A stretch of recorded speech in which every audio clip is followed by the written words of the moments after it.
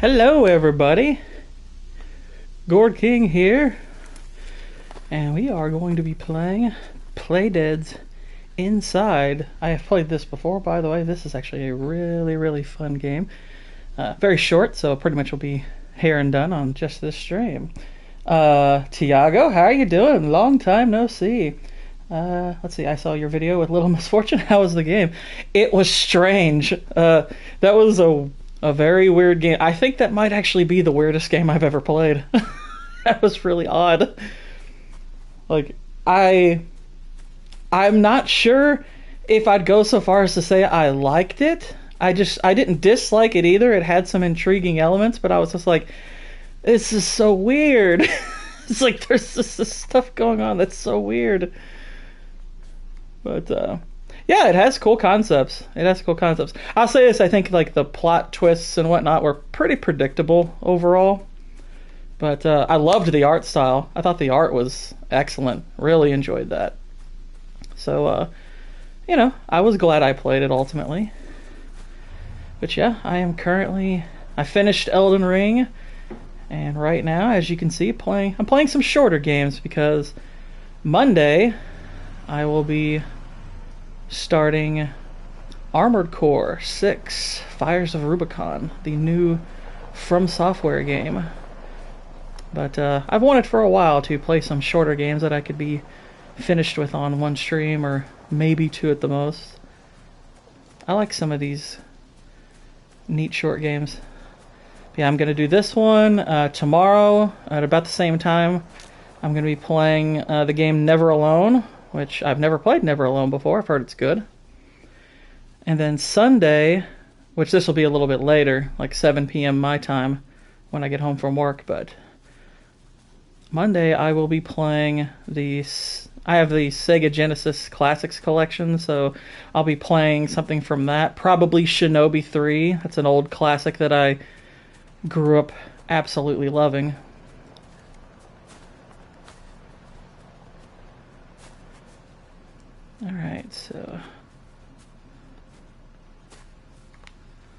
Alright, we've got ourselves a wall here.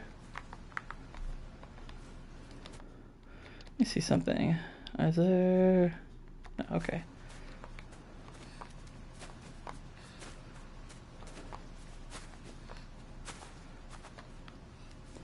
Alright, looks like I need to go a different way, perhaps.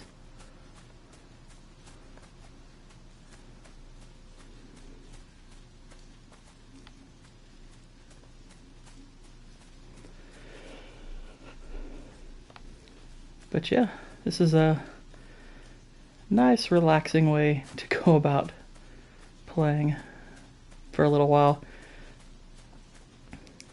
Especially because with Fires of Rubicon, I suspect there's going to be a lot of trial and error.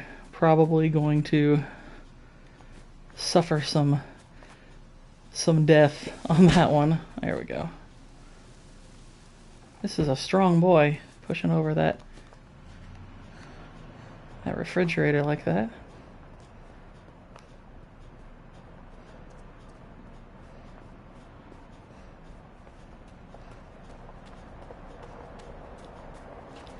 Alright, slide down. Wonder if I can move this. I can indeed.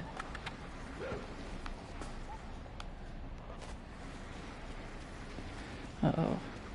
The dogs are coming.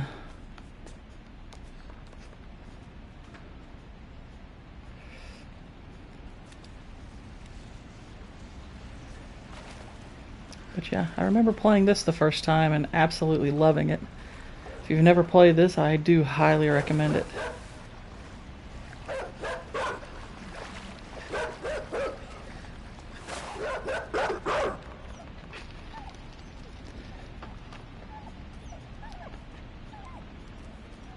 But yeah, this is a pretty eerie game. It's in its own right.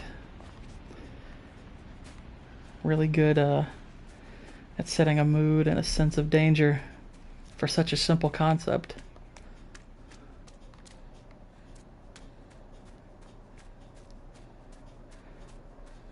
And the people who made this are the same people who made Limbo, which is another really good one.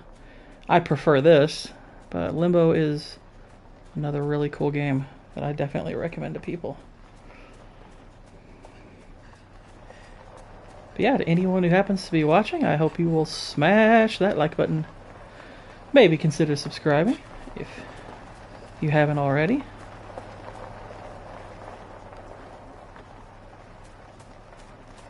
Let's see, we've got these people searching for our boy here. And more the question is, of course, why? I played Limbo on Switch. Cool. What'd you think of it? And again, if you played that, definitely would recommend checking this one out. Alright, so I'm a little worried about going into the light, but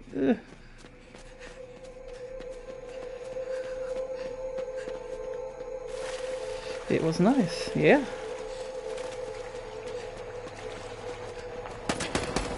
Oh, he gunned me down. We've got these people wearing their masks and whatnot.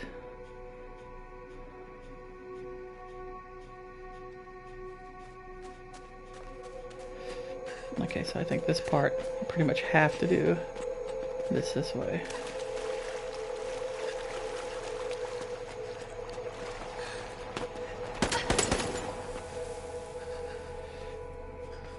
As you can see, they're shooting you with a trank gun. So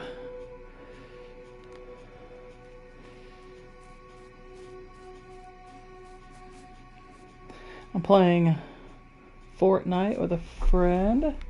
Cool. I myself have never played Fortnite.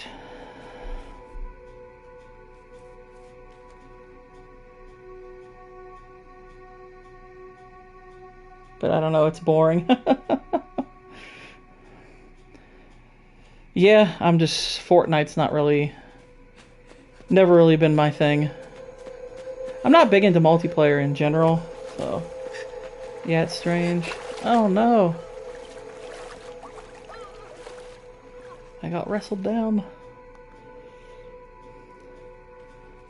I mean, I know there are people who love it, but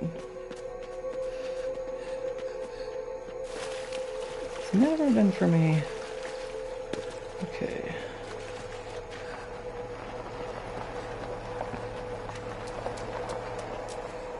Okay, so now I needed to wait on him. And now we escape. We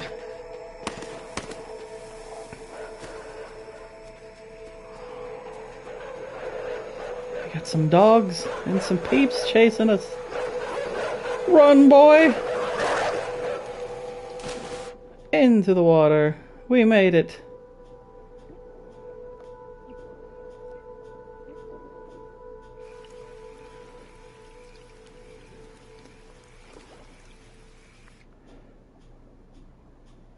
But just the level of the beauty in the animation here is so cool. They did such a good job making this game. Look at the water effects. They're awesome. This is such a cool looking game. It's part of what drew me into it the first time I played. It was just the atmosphere and everything about it is just wonderful. And you come here on this farm, and then there are some animals who have passed away. But yeah, this is I imagine on Switch this is probably something like $10 to $15 in price, somewhere in that ballpark. I know sometimes you can buy the collection with Limbo and this put together, but yeah, it's well worth it. It is short, you know, it can be something you wait till it's on sale, but definitely a game worth buying. I love it. I love it.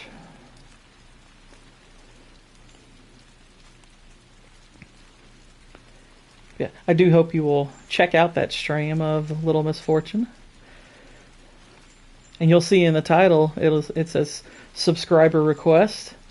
That's referring to you, Tiago. So you can tell people it's you, because it is. The ambience looks a lot like Silent Hill. It does. And welcome, Elf of Courage. How you doing?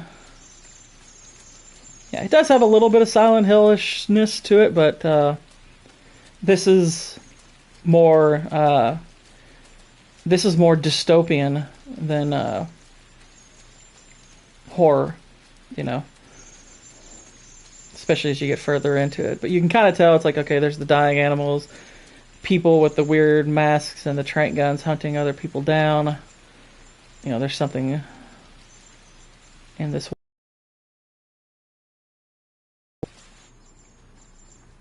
But just the way the game progresses and the way the puzzles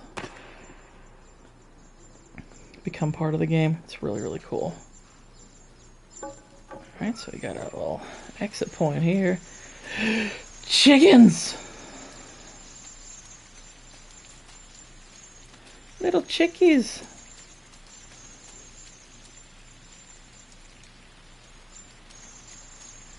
We got little chickens. I've freed you, chickens. But I have a feeling something terrible is going to happen to them.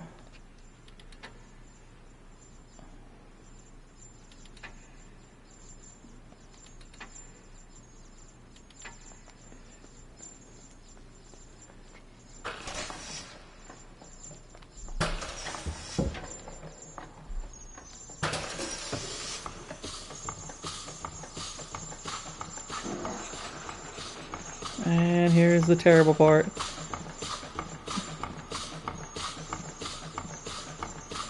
Okay, they're going around.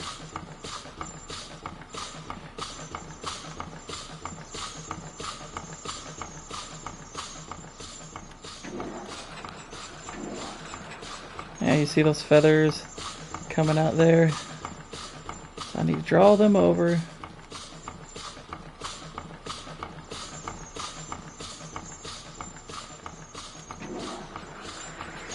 Oh no!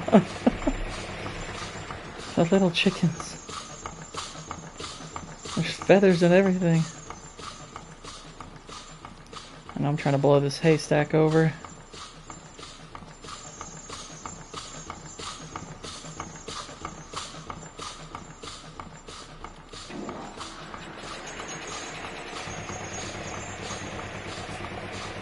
But they made it. See, they're okay. They're not dead. They're still following me.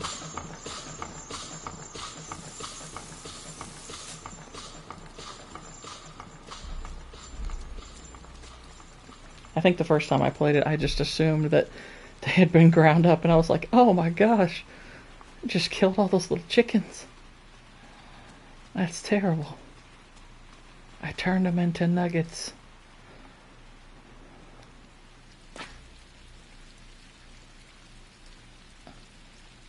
Yeah, I had a feeling that drop was probably a little too high. So I'll have to figure out a way to... Yeah. Oh, oh no. Oh no. Let's see.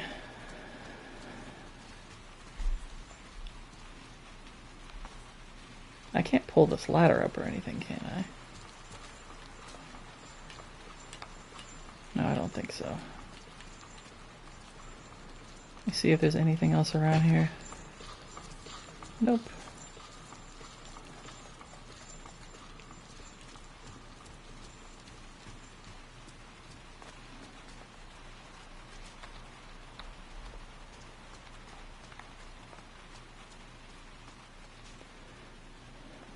Might need to jump into the pile of pigs. Yep. Jump in with the piggies. And then I'm probably going to have to drag this over. It was like Assassin's Creed, but pigs instead of a haystack.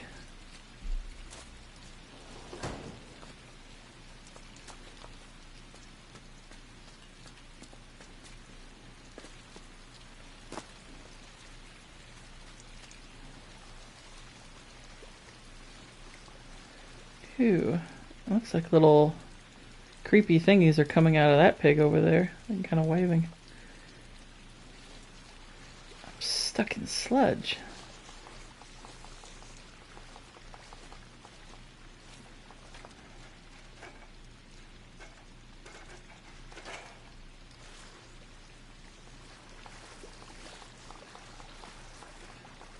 See, look at that. There's little things coming out of them. Now, having played this before, I kind of know why. Oh no! I got mowed over by a pig! Mean piggy.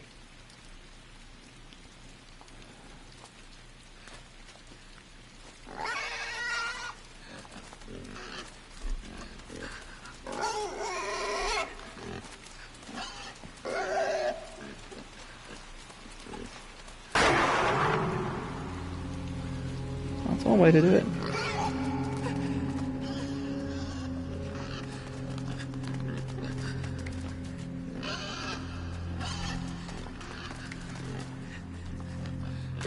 Oh. He got me. I think I'm supposed to use the pig to spring up there.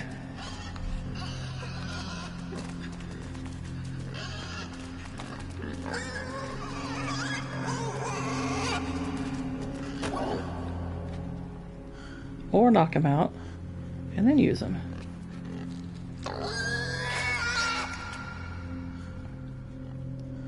Little parasite stuck in him. The pig's like, okay, I'm a little bit more okay now. And you can see some people over there who are not responding. And suddenly they are. I have mind controlled them.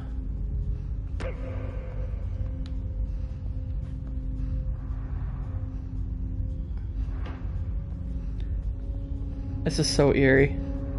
I love the way the music kind of starts coming in. Alright, I might have to. Alright. Here we go.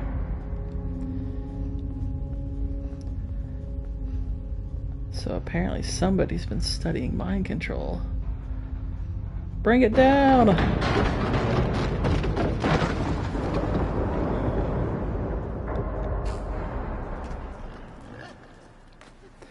I don't think I need the pig with me.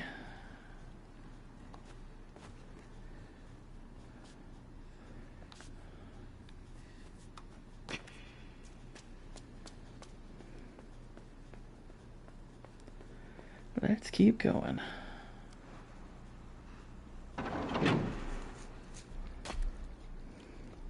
And now the sun is starting to rise.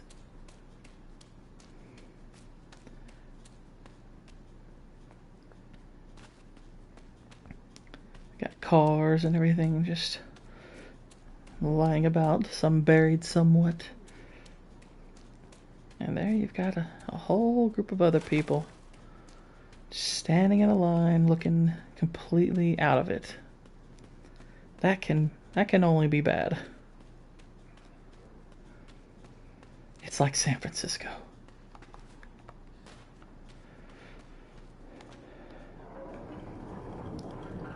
Alright.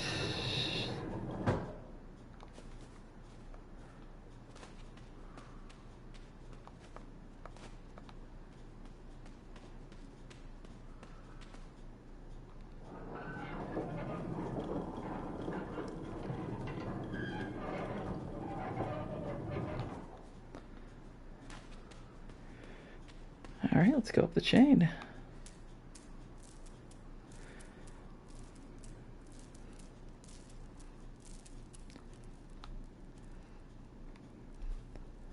Swing, boy.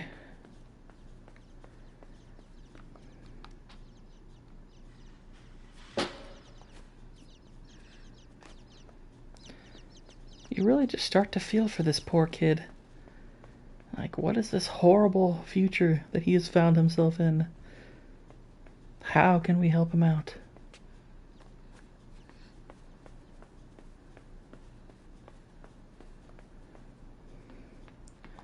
Alright, let's head up.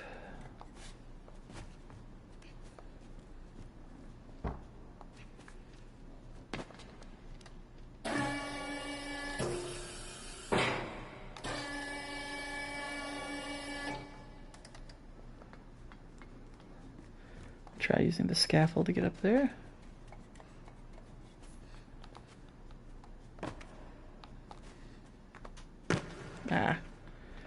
I need to turn it somewhat. Here we go. Hopefully that'll do.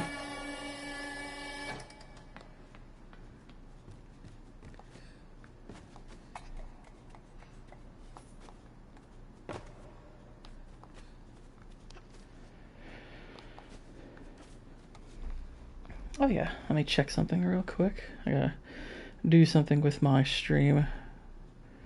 Just a minute.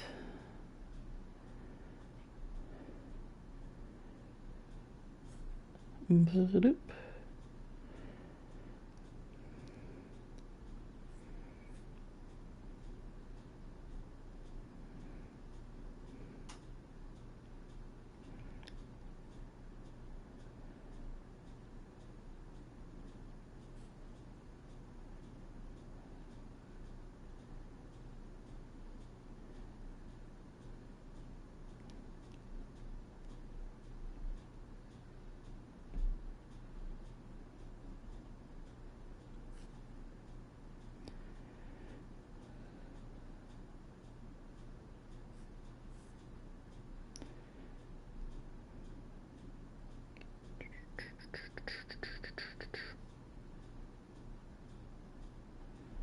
Okay.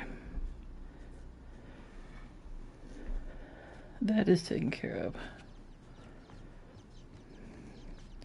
So now we got to push this thing off here.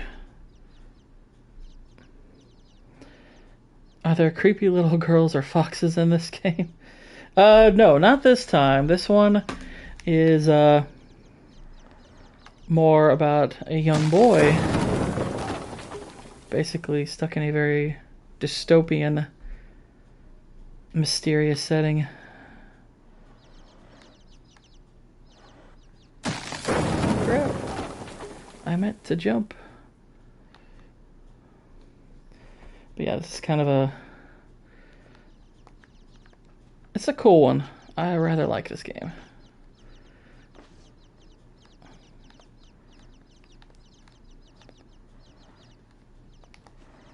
There we go. Break that down.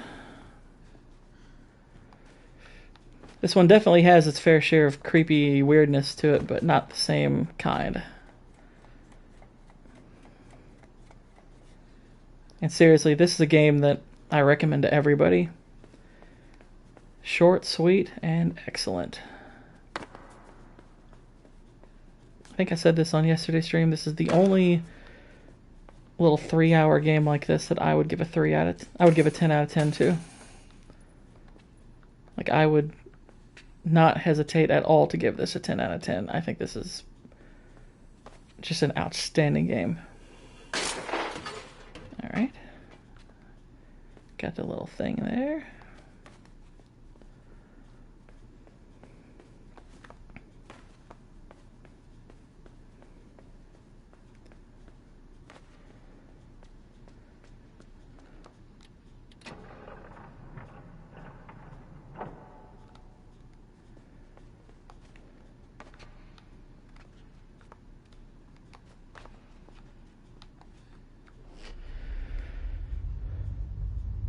Alright, I'm moving something.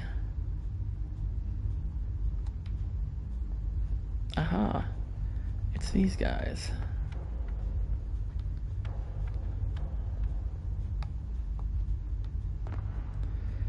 What am I trying to get them to? Oh, okay, I need them to stand on their platforms.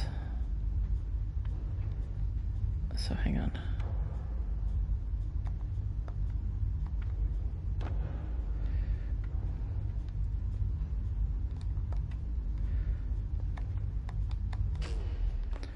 Okay, now let's shut this. That way we can get them pretty much turned the same way.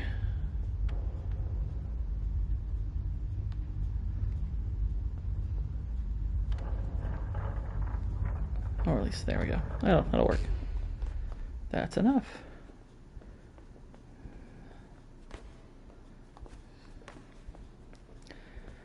But yeah, just people who made this, I'd like to see what they've done since then, if they have, or what they've got coming next, because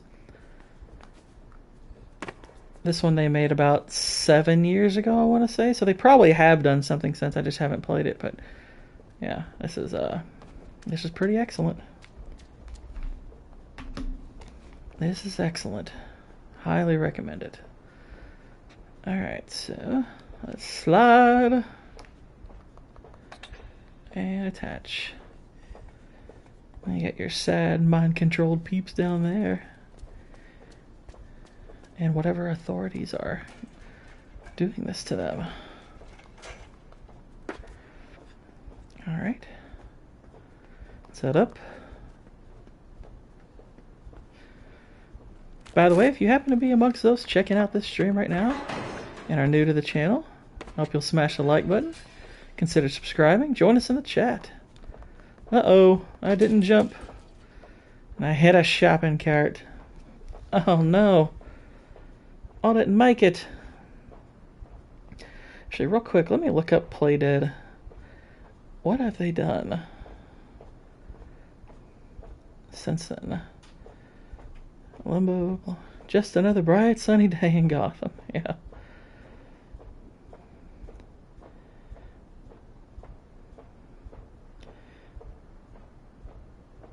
Yeah, I don't see anything else for them at the moment.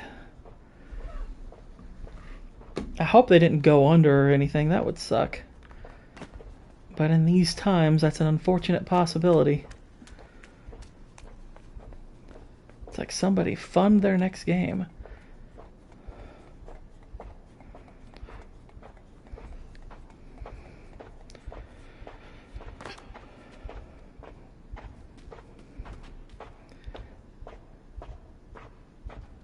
Whatever could have caused that for these poor people?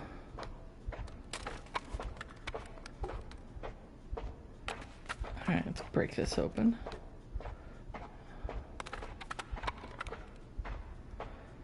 And in. It's pretty remarkable what all they managed to get your character to do with just the back and forth side-scrolling nature of it. It's remarkable. Oops, I didn't mean to let go. Oof. I think I might have to push this. Yep. It's just simple stuff like that. It's really cool.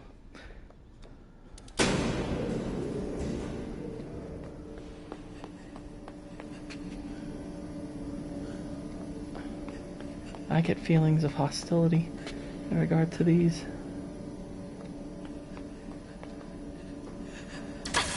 Ah! I got zapped. So we won't turn that on just yet.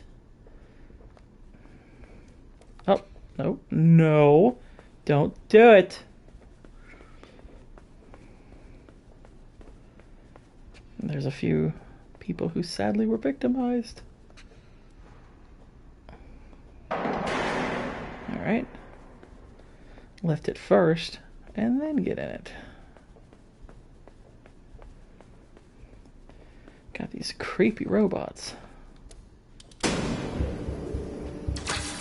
Oh, oh crap, he saw me.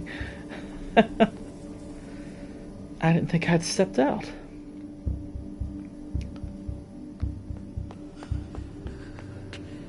Why even turn them on at all? I think it powers the elevator. Like you see that red thing, the red bulb is on. So, yeah. You need the switch.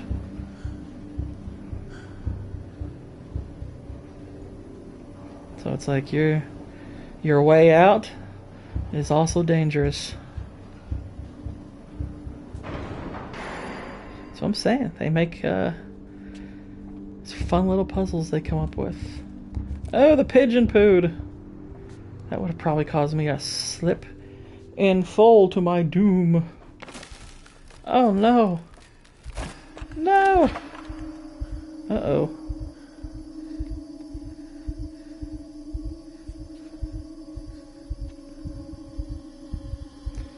Got a play act now.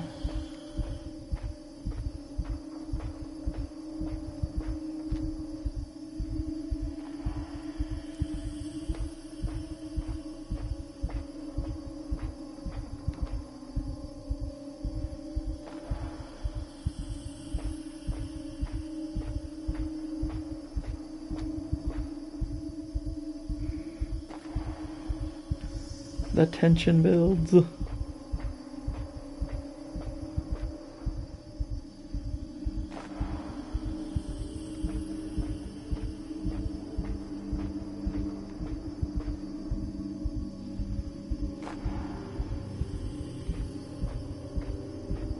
Just popping in. Never cease to amaze me. Never cease to amaze me how game design can be this minimalistic to such great effect. You're not kidding. This is, to me, this is one of the absolute best examples of that principle.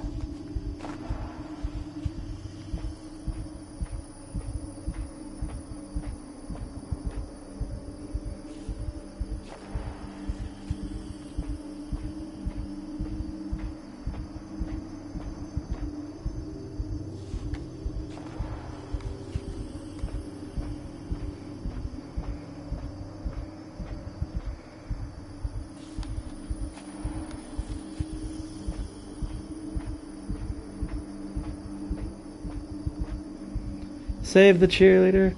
Carry on, chat. Thanks for popping in, Steven. I appreciate it.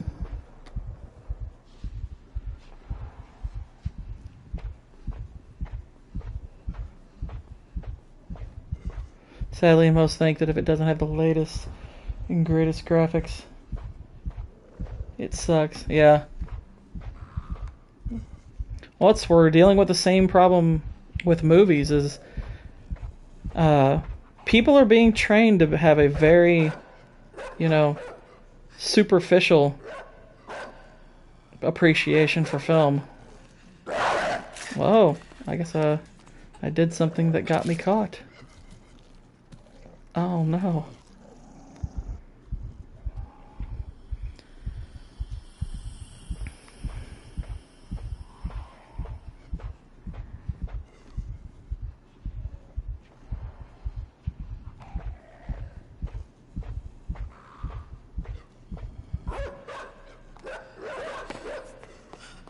Yeah, I think I just have to make a break for it.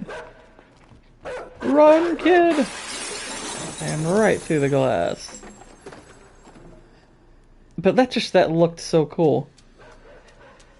Like, you could actually make something really cool out of this. Like, oh no! That's so frightening. The poor boy. I mean, I do think there is a good contingent of people for whom graphics are no longer the standard. I think I've got to get him to jump down there and then me come back up. But, yeah, there's a lot of people that with games or movies, this is the prevailing thought, is it has to be new, it has to be modern, it has to have the cool AAA graphics and stuff like that.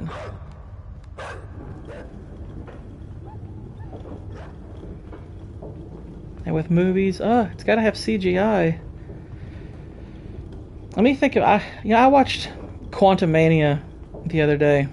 Crap movie, by the way, don't watch it. It's garbage. Jumps through the glass window and gets back up without cuts or bleeding.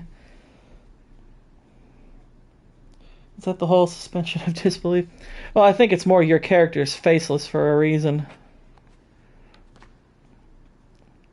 I mean, he was rubbing his head like he was injured and everything, so... can't do that. But, I watched Quantumania, and, Quantumania had something like a $250 million budget. And the effects do not look good, for one thing. It is not a good-looking movie for the most part. It's looking like it's trying to be a good-looking movie, but it just looks like crappy CGI fare that we've now seen a million times.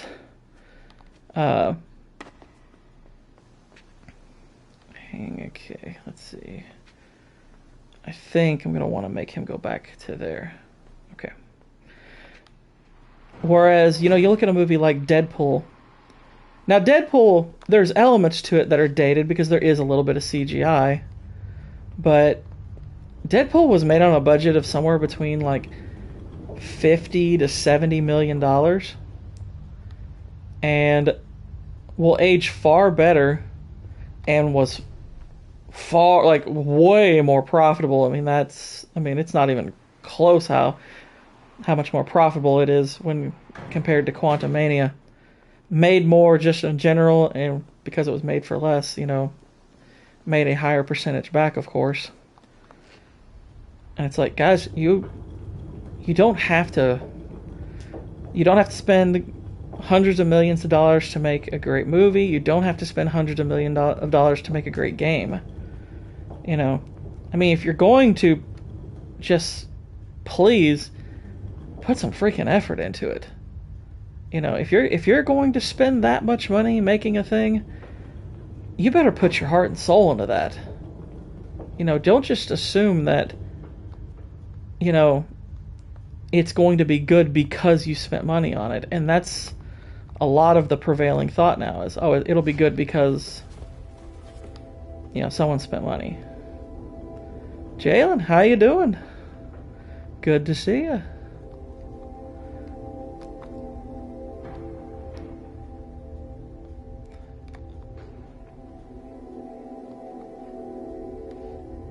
Playing early today? Yeah, Canoli, I gotta play early because I got a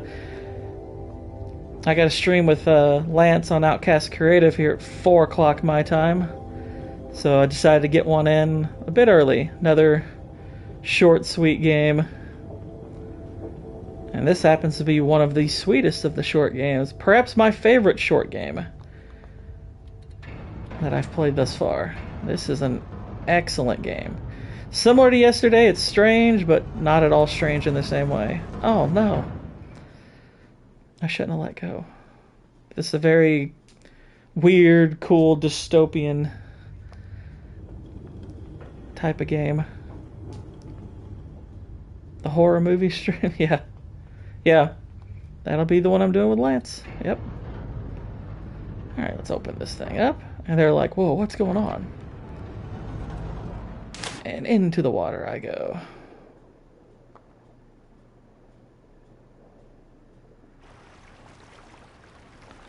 But yeah, this game here was made 7 years ago.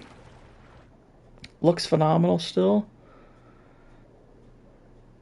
This is like Pixar if Pixar wanted to go like super edgy. Like a super edgy silent Pixar movie. But edgy in a good way, not in a forced kind of way. This game earns its stripes. It's a great one. Okay, I might have to drag something over here.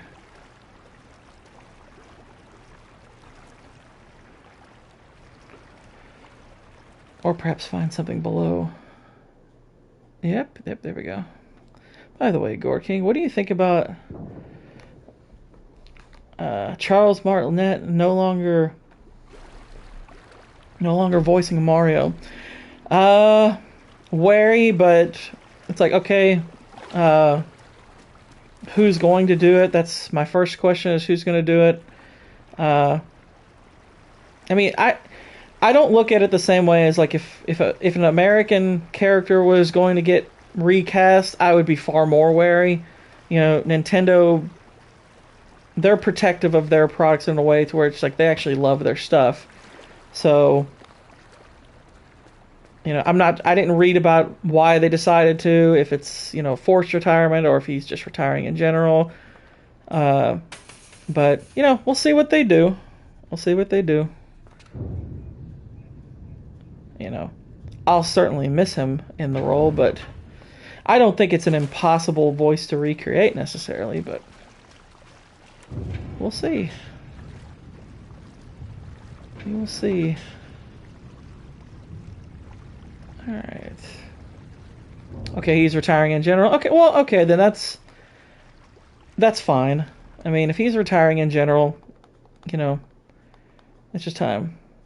Won't they find someone who can copy his voice? Yeah, pretty much. That's my guess.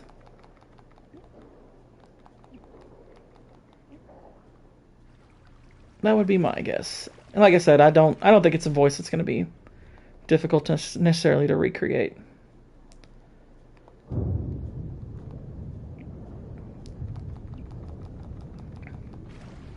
All right, and this opens up, and we are through. But yeah, if he's just retiring in general, then okay, that's fine.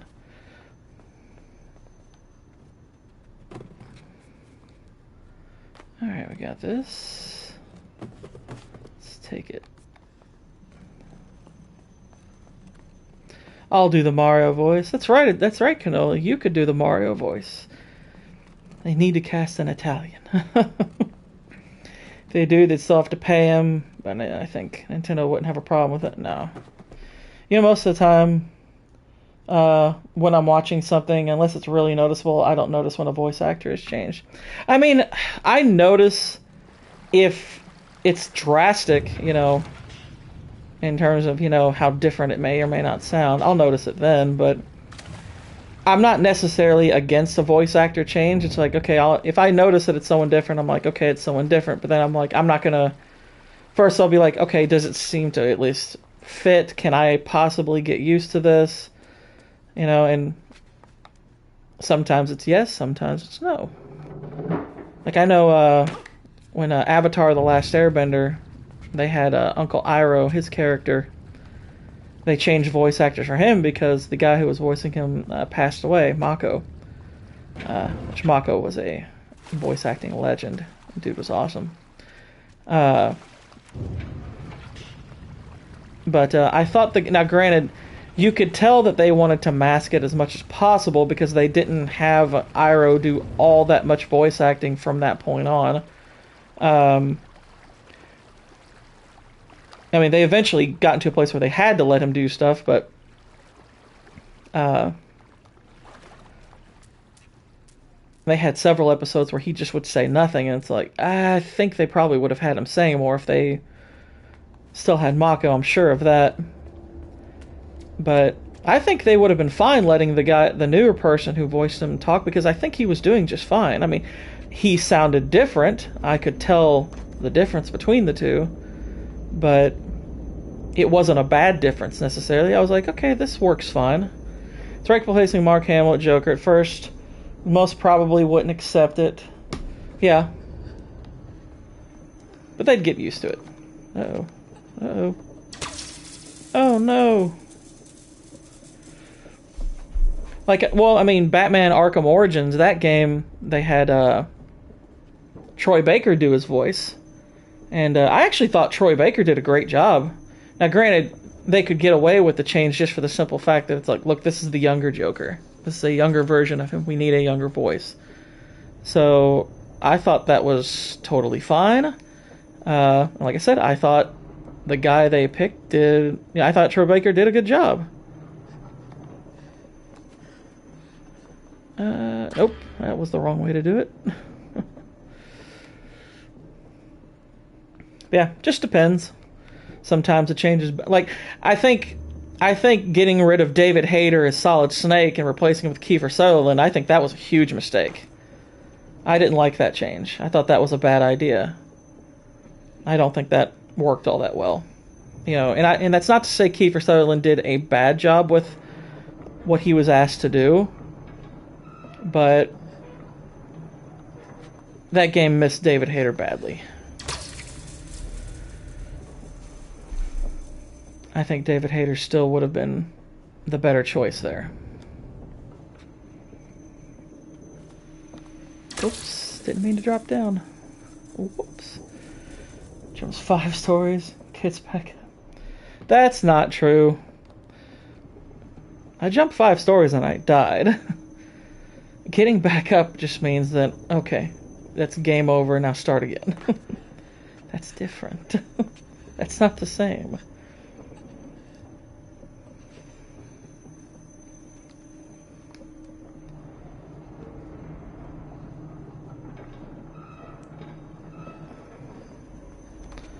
Alright, let's... I never noticed I never noticed the Iroh's voice change. Hang on, I'll finish reading it when I'm done with this.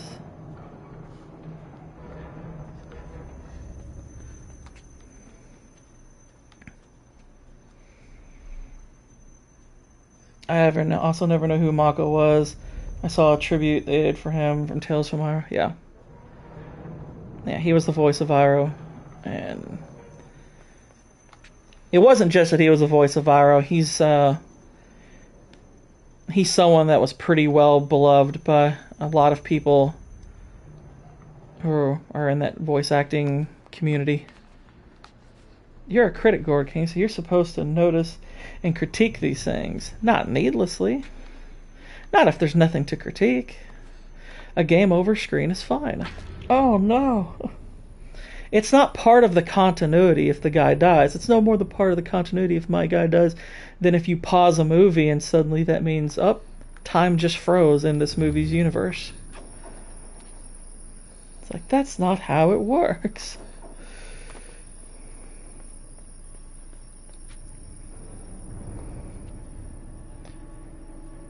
Alright.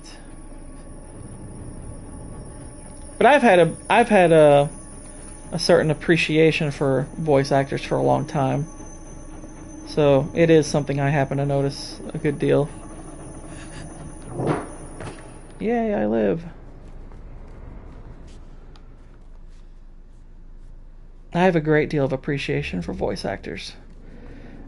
And in part because I miss them a lot. I'm frankly tired of so many animated movies using big stars.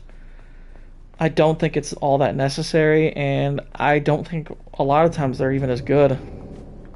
Sometimes they are, and that's great, but I think voice acting takes a different kind of talent.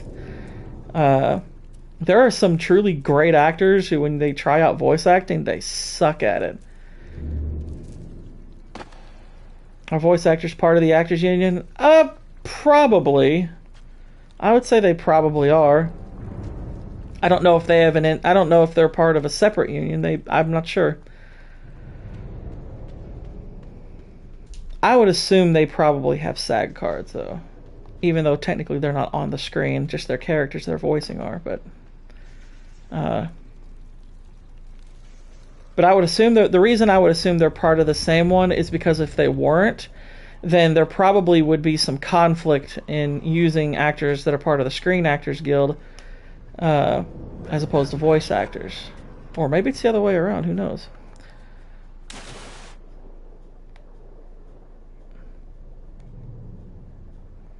I mean, at the same time, I'm not someone who would advocate that a movie has to cast a voice actor or look at a voice actor first. I think that would be wrong. That would be trying to fix a problem with a bad solution. But I just think a lot of the times that they're going for star power when it's not necessary. Oh no. Doggy!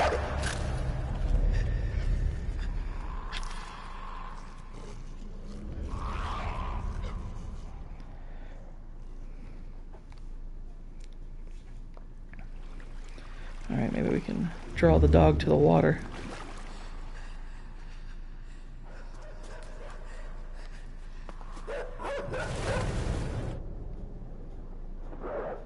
Oh, he can dive in and just flat out kill you. Oh no. I'll have to maybe swim around or underneath him. We'll try that.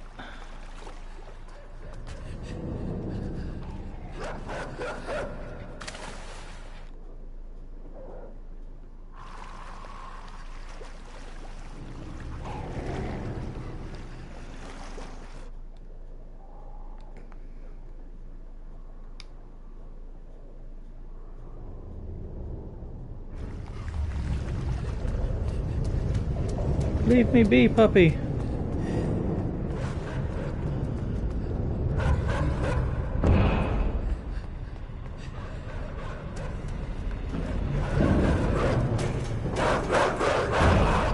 They're gonna take that fence down, aren't they? Oh no, they're gonna...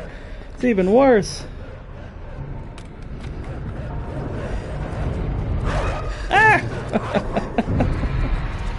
I got mobbed by puppies. They're so evil. Alright, I'm gonna try to draw them over and then back.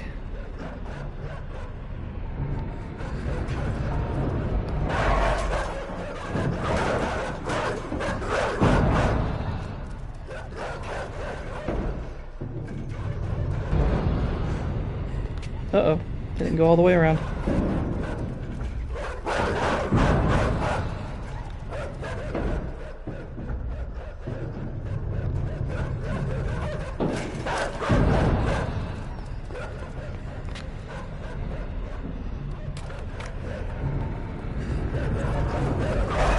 Oh, it got me. Yeah, this part's tough. I remember this part. This part, frankly, kind of sucks.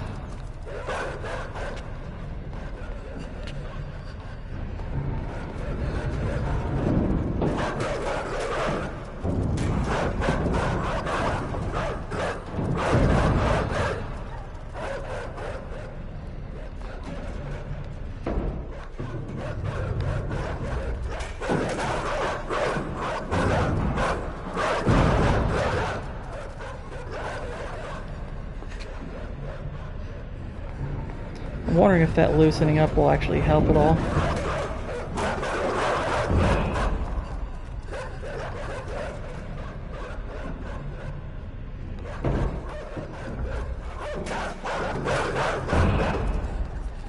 Uh-oh, I gave that one a head start. Can't do that.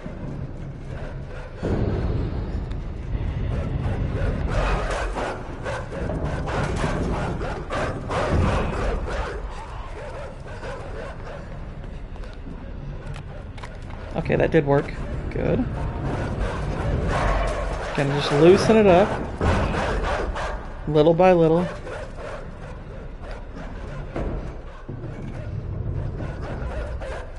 Bad dogs. I didn't do that right that time.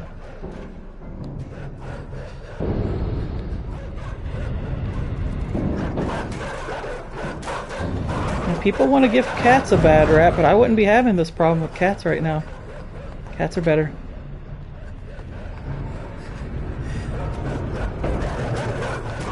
Ooh.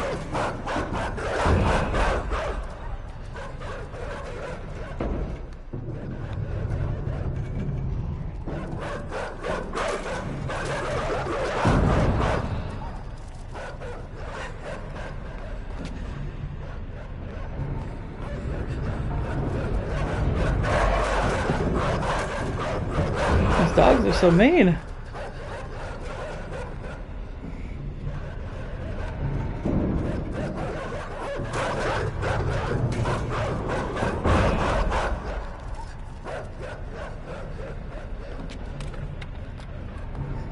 Will Gourd King make it? He's on the fence about it.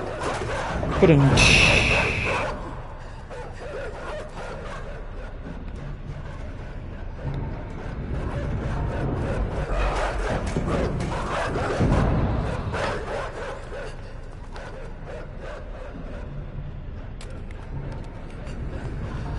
That might be enough, but let's make absolutely sure.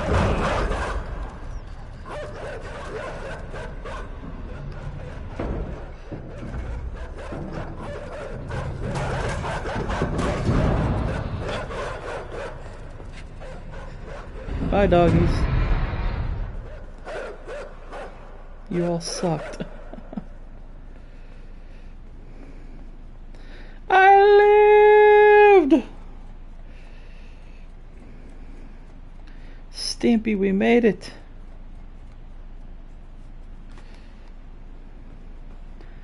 Alright. Let's keep going into this land of eeriness. There's a little submarine. Oh no!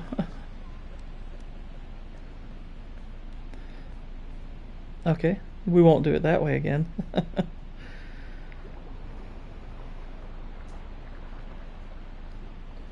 Alright, we got this dude here coming up from that sub.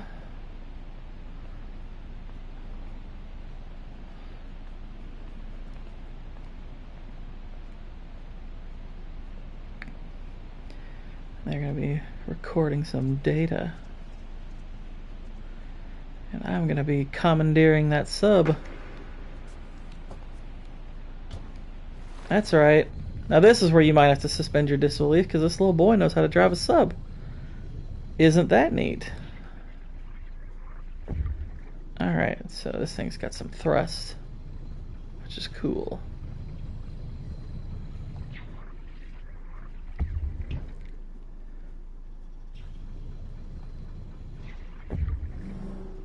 Alright, knock that open.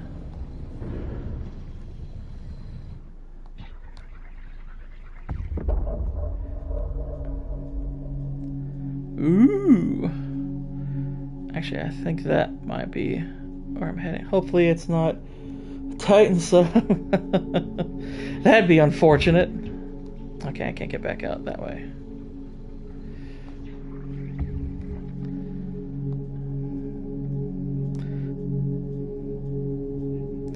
Don't worry, Giggles and Bits, not too soon, because you didn't even do it first.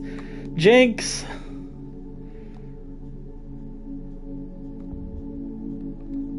I love these shots where it pulls out like this.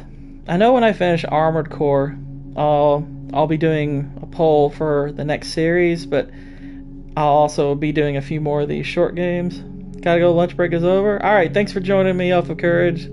I'll see you around. But there's another couple of short games, Journey, which Journey's a pretty famous one. And there's another one called like Abzu or Abzu.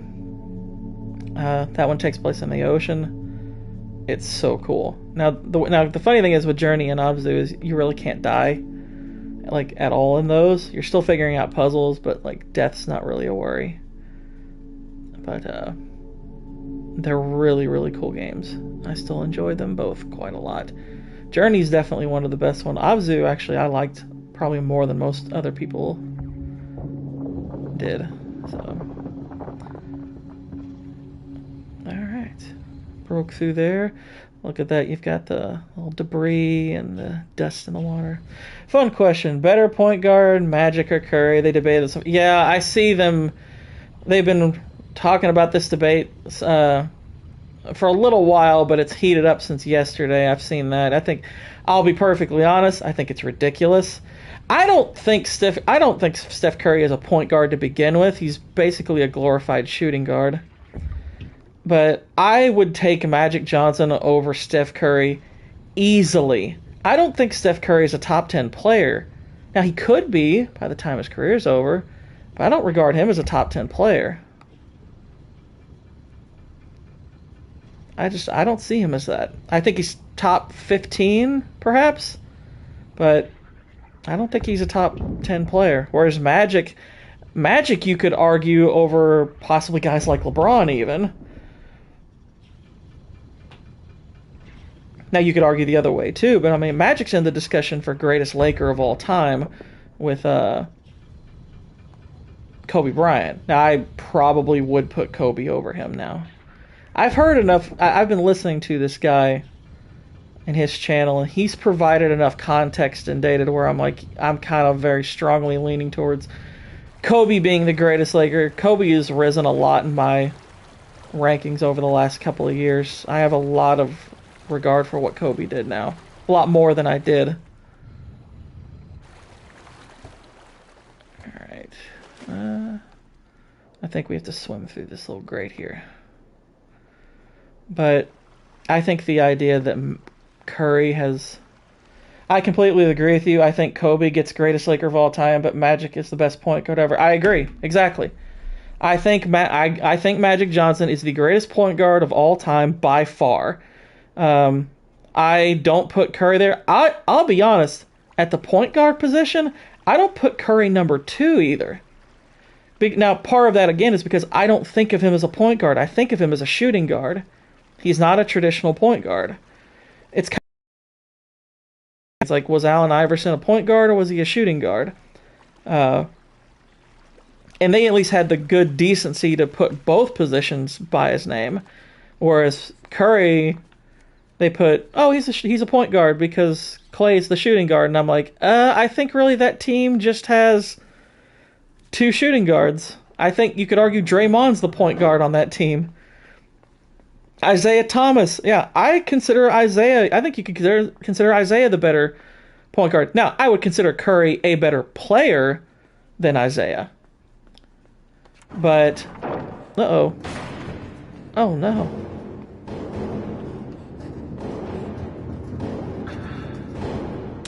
Ouch. I got pizza rolled. Can I open this back up? No. I think Oscar Robertson was more of a point guard than Curry.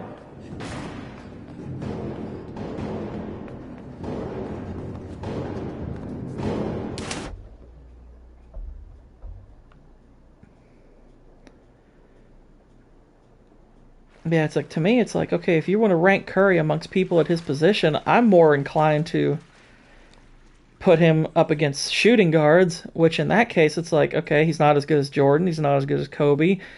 You might be able to put him after them, because a lot of people regard like Dwayne Wade as like third best shooting guard. I would take Curry over Wade.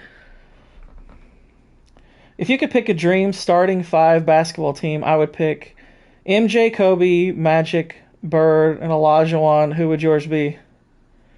I'm going to be honest with you, Jalen. I might very well take the same 5. I might take the exact same 5.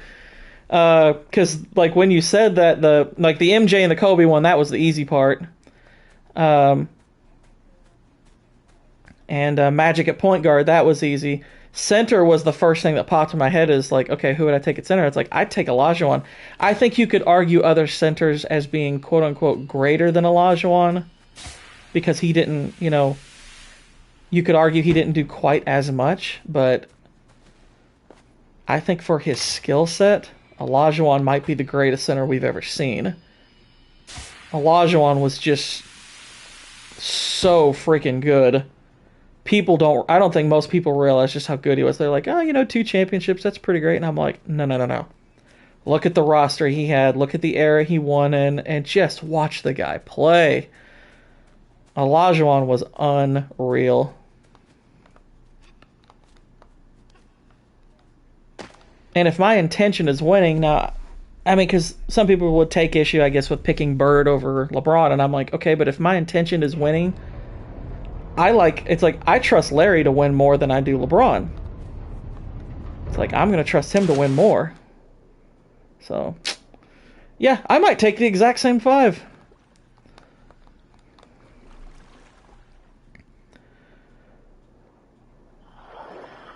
Uh-oh. That guy's like a danger fish. Olajuwon played when Shaq was at his peak, and one of the 50 greatest of all time, and Hakeem dominated. Yeah, and that's, a lot of people have forgotten that, is Hakeem crushed Shaq. And it wasn't even just Shaq. He was doing that in the era of David Robinson. David Robinson, I think he often gets underrated and how great he was. But I'll tell you, the dumbest thing I see in a lot of these sports debates right now is they're trying to push this idea of LeBron being the greatest scorer because he has the most points. I'm like, do you guys have any idea how idiotic that notion is? That just because, he's accumulated the most points, that makes him the greatest scorer. I'm like, okay, well then by that logic, Robert Parrish is a better scorer than Larry Bird, because guess who has more points in their career? Robert Parrish. Robert Parrish all time is like in the 30s in scoring, like 35th, I think, if you combine ABA and NBA. He's like 35th. He's ahead of David Robinson. He's ahead of Larry Bird, Clyde Drexler, Dwayne Wade. It's like, do y'all really think Parrish was Patrick Ewing was in the league at the time? Yeah, definitely. The era of centers back then was just incredible. And by the way, Olajuwon beat him in the finals too. Yeah, he did. That was his first title. They beat the Knicks in 7. Though really and truly, even though the series was tougher, it was mostly tougher because the Knicks had a better roster. Olajuwon pretty much dominated Patrick Ewing. He pretty much dominated him. But yeah, this notion they've got out there that LeBron's the greatest scorer, and I'm like, he just has the most points. That's doesn't make him the greatest scorer. Those are not the same things. It's like, I hate to bust your all's bubble. They're just not the same things. It's like calling him the greatest scorer. It's like, okay, if you're going to apply that logic, then you got a problem. But you're going to have to start calling Robert Parrish one of the greatest scorers of all time, despite the fact that he only averaged 14 points a game. I don't think he averaged 20 even once. I think he had one season where he averaged like 19 a game. Oh, yeah, defensively, my gosh. That team defensively would be just insane. I think we can drop down and do something. Oh, well, maybe not what I was thinking. Ah, okay, we want to break through there. All right, neat. But yeah, that team defensively, my gosh. Now, granted, you could argue Magic would be a bit of a liability on defense, because Magic wasn't a great defensive player. He was good at stealing the ball, but wasn't a good, like, on-the-ball defender overall. The funny thing is, Larry Bird, often people think he wasn't a great defender, and I'm like, guys, Larry was, like, first-team all-defense. He was actually kind of... It's like, most historians regard him as one of the best defensive small forwards.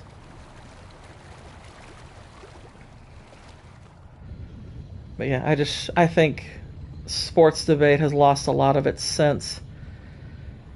Basketball has lost a ton of it. He's got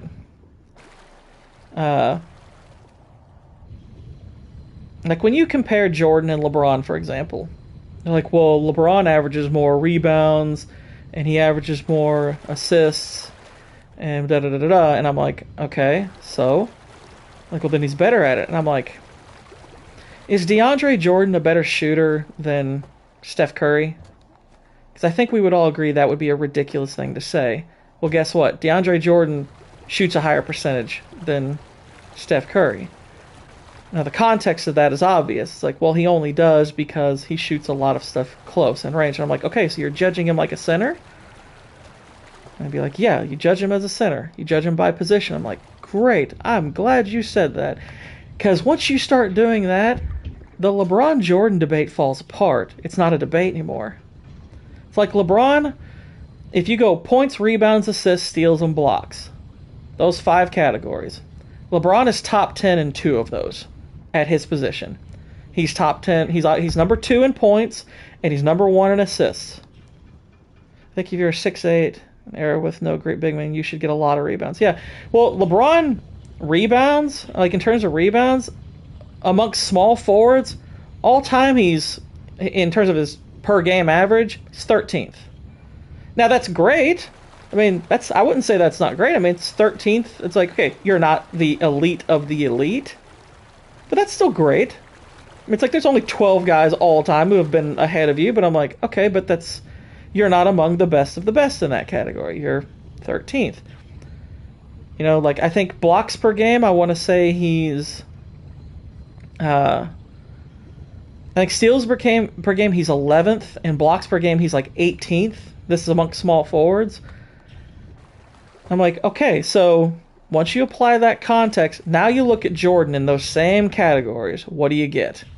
Well, Jordan is top 10 in all 5 of those categories, and if not for the fact that James Harden and Allen Iverson get included as shooting guards in the assist category, Jordan would be top 5 in all of those categories. Because Jordan is obviously the highest, he's the highest scoring player, period. So he's number 1 there. Rebounds, he's like 3rd or 4th all time amongst shooting guards. Assists, right now he's 6th. He would be 4th if not for Iverson and Harden, who did play a lot of their career as point guards. So it's a little wonky even including them. blocks Jordan is first among shooting guards. He's the best shot blocking shooting guard ever. And steals per game, he's second. And he's third all time amongst every player. So it's like, guys, Jordan's the better all around player too. It's like, y'all think LeBron's better because he passes the ball, you know, better than Jordan. Great. Guess what? All around, according to their position, Jordan's the better player. It's like, he's the better player according to his position. Uh-oh. Uh-oh. I'm gonna drown. Funny thing is, Hakeem might not have even won his 2 rings if Jordan didn't retire. And that's very possible. That's very possible. But I'm not gonna knock Hakeem for that, just for the simple fact that I'm like, okay, I don't think that takes away from his greatness. I just think that shows just what a monster Jordan was. Now, I think that Houston probably would have gotten one of those if Horace Grant still leaves Chicago in '95. I think Houston probably beats Chicago. I think Chicago would have had a really hard time beating Houston without Horace Grant. Now, the '94 one, I think Chicago definitely wins. I think they absolutely win. Nope, Jordan does not. Jordan played point guard for a stretch of games, but no, as far as his career, no, he doesn't get included as a point guard. He played it for a very brief stretch of games for Chicago for a couple of weeks. But if you look at his basketball reference listing and the way they count his records, they don't look at him that way. Israel, what's going on, man? Thanks for joining. Which they're right to. I don't think Jordan... now, granted, if you were to include Jordan amongst point guards, those averages... assists he would go down amongst other point guards, obviously. But his rebounds per game would be much higher. I wonder what Pippen's record is in the point guard category. Pippen's regarded as a small forward. Wheel Snakes, how you doing? Good to see you. The funny thing is, though, I saw the latest LeBron Kobe video you sent me a couple hours ago. Fantastic. You're going to have to redo your all-time... Well, that's what we've been talking about, because Jalen was bringing up the whole thing that First Take started about Magic versus Steph. And pretty much everyone here in the chat universe was like, Magic's better. And it's like, of course he is. Of course he is.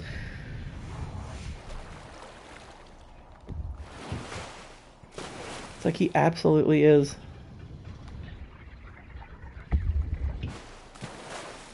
Okay, let's see. Can I hop this?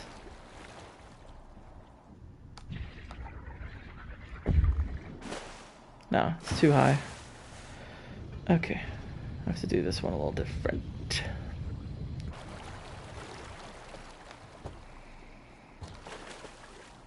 But yeah, that guy, Scap Attack, who's doing those videos, I think he's doing excellent work.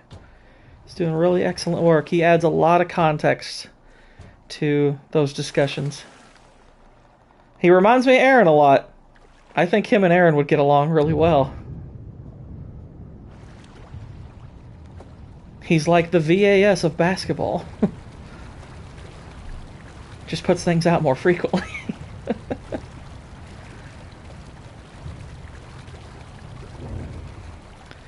Okay. Now, I think I can swim through there. And then... So I guess I'd want this on this side. Let's try it this way.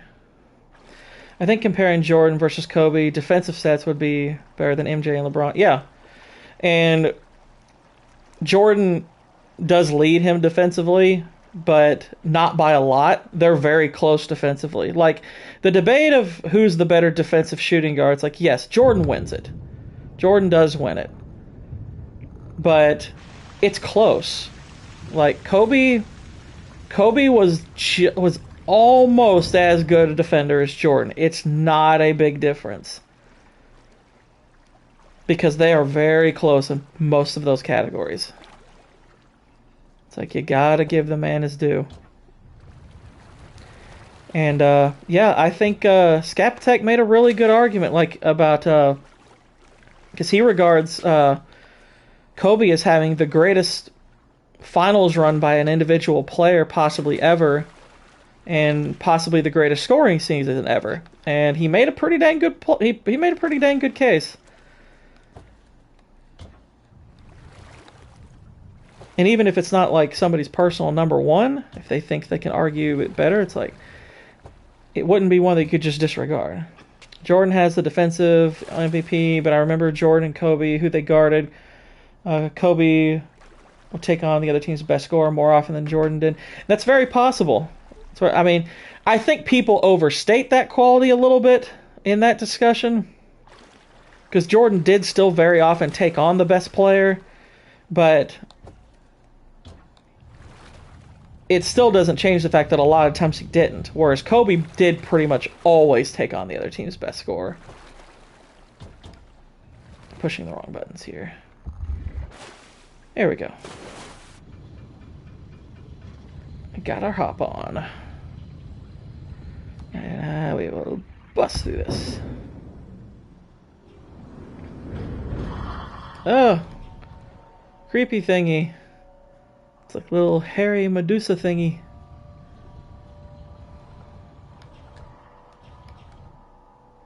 Back up. They don't like the light.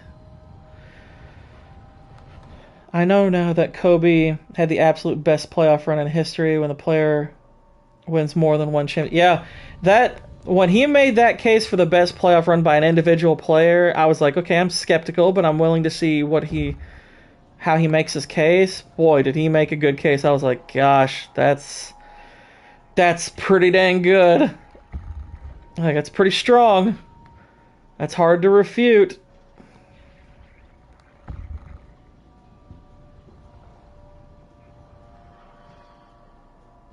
Okay, I need to go up. Back up there. Creepy thing. Oh no. Titan sub! This is what happened.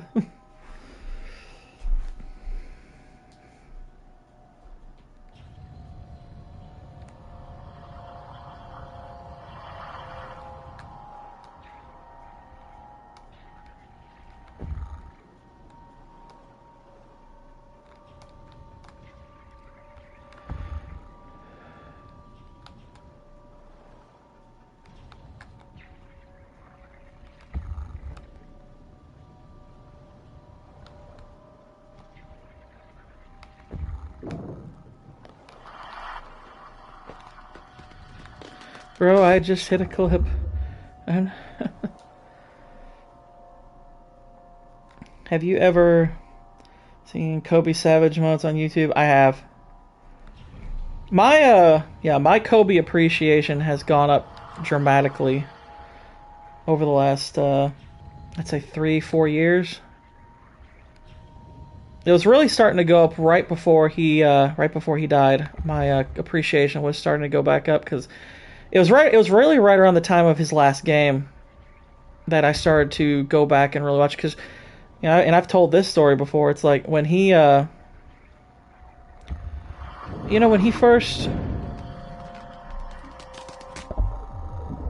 he first was winning titles and all that stuff, and you could see the clear comparison that one could make between him and Jordan. I'm not gonna lie, he scared me as far as it bugged me that there was a player this comparable to MJ who was starting to threaten the notion that Jordan was the greatest.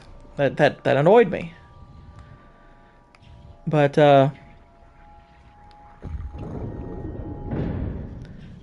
so for a while I just kind of looked at him as like, I don't want him to succeed. I'm gonna disregard everything he does. I was in that very much that fanboy way of thinking. But now that some time has passed, and it was before he retired that I started to realize it's like, that's petty, that's wrong, you can't think of it that way, you can't argue that way. And then I started to pay attention to just how good he was, and Yeah, I think it was around the time he got injured that I had kind of softened my stance on him. And, you know, once he retired, like that retirement game, I was like, gosh, that was so good. That was so good. And then, yeah, then he passed away, sadly, and I'm like, it's like, that really sucks. I think actually his birthday would be today, wouldn't it? If I'm not mistaken, I was seeing some posts about that where his birthday would have been today. He'd been 45. LeBron is no doubt an all-time great, but yeah, he's definitely overrated in the way people talk about him today. I agree. I mean, he's a top 10 player, absolutely, you know, but you can debate whether he's top 5 at this point. I mean, I probably would put him in it, but like I said, it's like I've been saying as I've been watching these videos, getting more context. It's like I don't think it's a given anymore. Kobe's birthday's August 23rd. Today's August 23rd. What day do you think it is, Israel? It's the 23rd. That's today. What time is it? Oh, it's 1:22. Oh, we're good. We're good. What day did you think? Oh, shoot, I thought we were a day ahead. You thought it was the 24th. Oh. I know it's the 23rd because my mother's birthday was yesterday. That's the 22nd. Shout out to Mom. Happy birthday.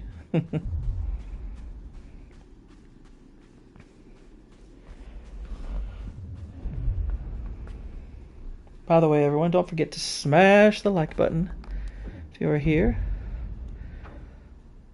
Helps with our good friend Albert algorithm. What? What do you mean, what? What's the what, Tiago?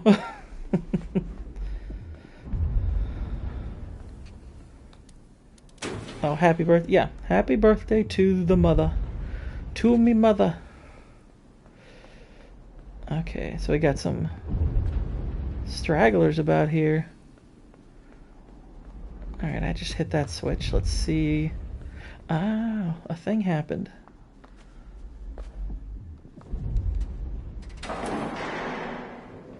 Alright, we're going down.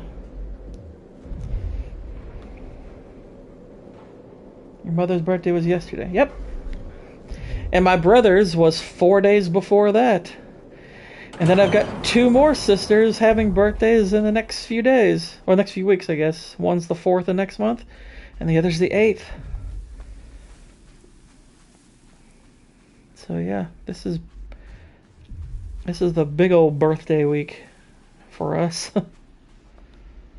Yeah, I think I'm gonna have to get some help to move this. It's a whole truck.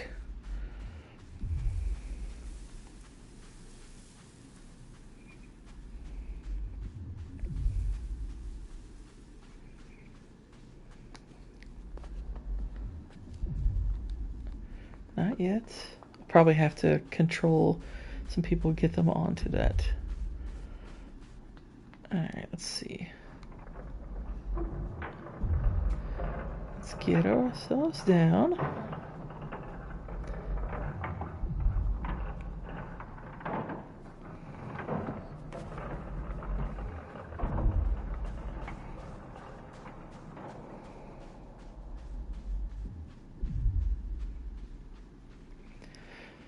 Hi peeps, how y'all doing?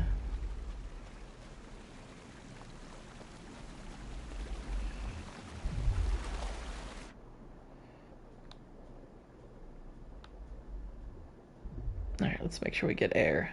We don't wanna drown. No drown.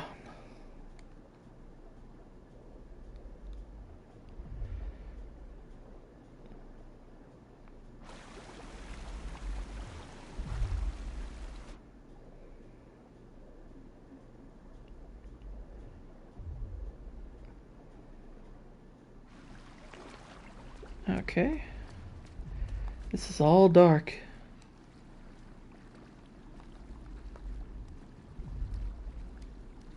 Can barely see. But I can see there's a rope. Oh, I missed it. I missed it.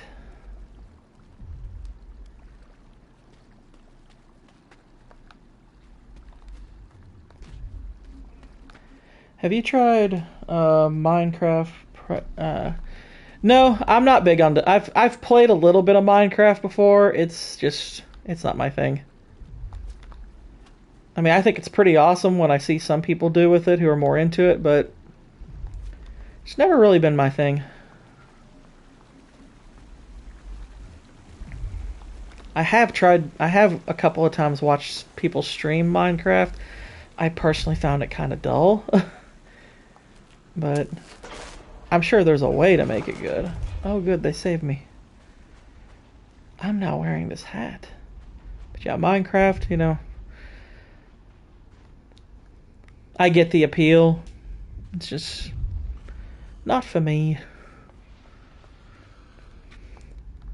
We set out to play the Minecraft sim, and it has been played.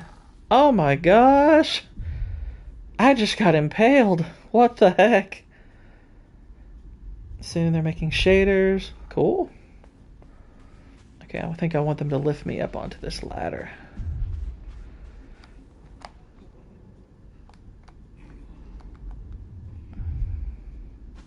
Let's get them under there. Thank you guys. Well, that's neat. I look forward. I know the guy who made Minecraft, that dude's made uber amounts of money with that game. Good on him for pulling it off. That has to be one of the smartest video game ideas that anyone's ever come up with. So he did well with it. Minecraft is just relaxing. Yeah, I think that's why people play it the way they do. And that's cool. I think that's cool. Is there anything over here worth checking out? There is. What happened to my C? I don't know. What is a C? Are you trying to say comment? Oh dear. There we go.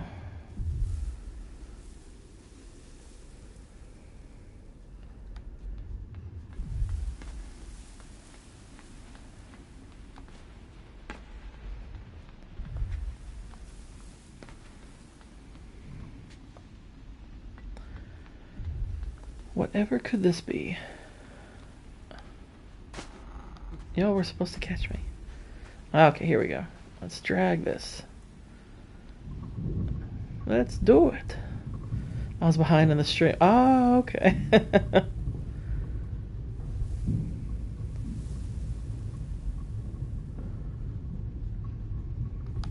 Now the question is, how far do we drag it? And to what end? Let's put that there for now. My little group of festers, pick me up, please.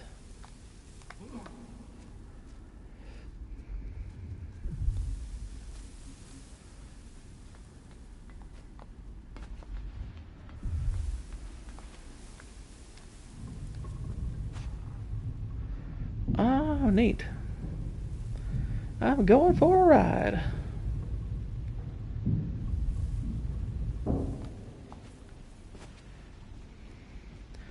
Where have I been brought?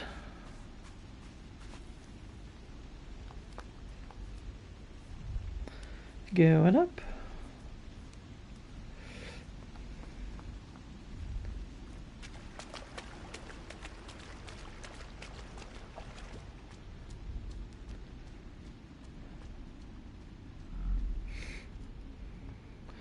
And I see a thing up there with some dudes.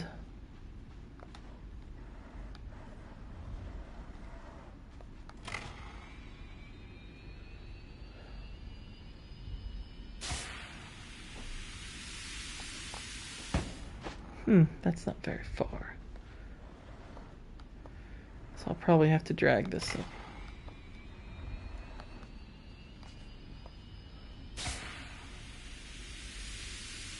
Oh, that stifled it. So not good. Actually, I wonder. Can we push this under it? We can. Yeah, we'll start from this place.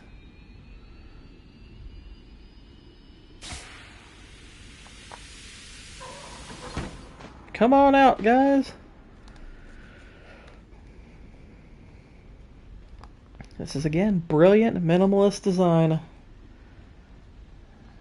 Just as Stephen Ransom was saying.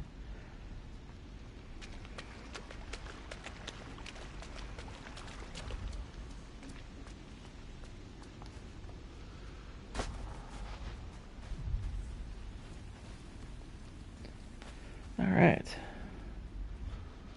Now let's all go back this way. I think I'm going to want them to come up the elevator with me.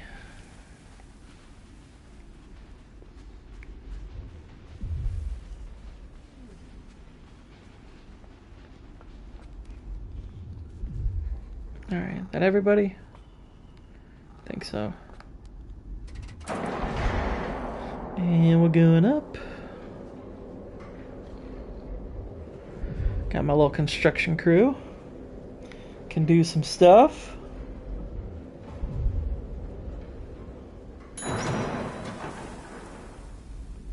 21st floor, menswear.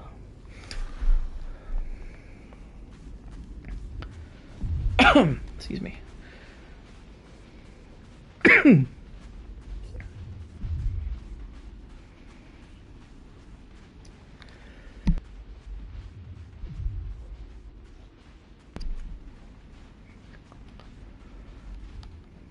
I'm guessing it's the other way, but let's be certain. Oh no, wait, we can lift this. So there's that.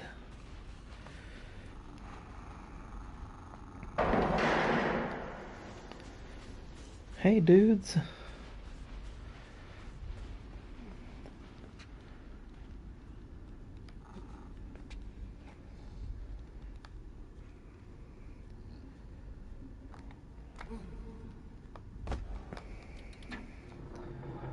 Isn't that neat?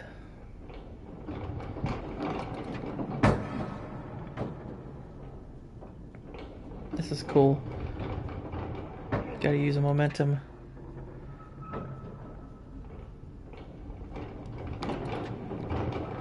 Ugh. Are you interested in Canol's next fight? I mean, it's hard for me to keep up with fights because they're generally on the weekend and I don't have time to watch them because I work on weekends, so it's a result I'll have to catch after the fact, if anything. There we go.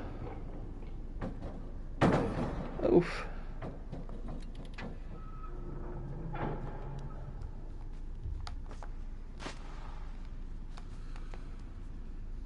Hang on, let's check over there, see if there's anything. Nope, just a rock. Just a rock. Alright, got a large crew here. Let's go, guys.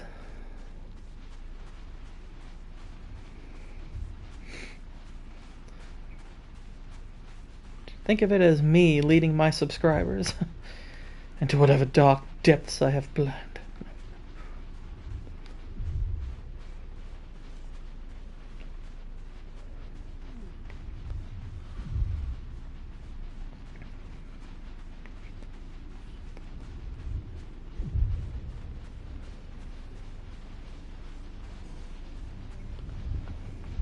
We'll try the up switch here in a bit, but I want to see what's over here. Alright, so we got these guys. I need 4 more. That's their purpose then.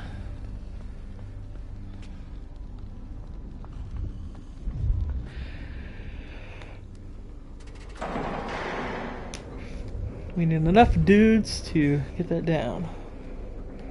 Baker Tampas, new starting quarterback. I think he keeps the job the whole season. Or Baker Tampa's. Sorry, do I think he's going to keep the job the whole season? I mean, given their options, it wouldn't surprise me, I guess. If he's healthy and he's their best... if he's healthy, then that wouldn't shock me at all. I'm like, okay, that's fine. Whatever. I don't think it's going to matter that much.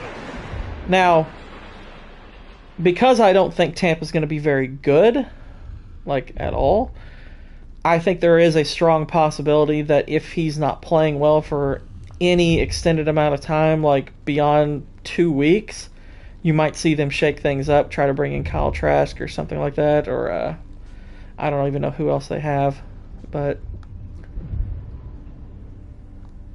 I think there's a chance he finishes the season out, but I wouldn't bet money on it necessarily. Dude, come on, get up. We're gonna have to drag his... we're gonna have to drag this body. That's kind of morbid.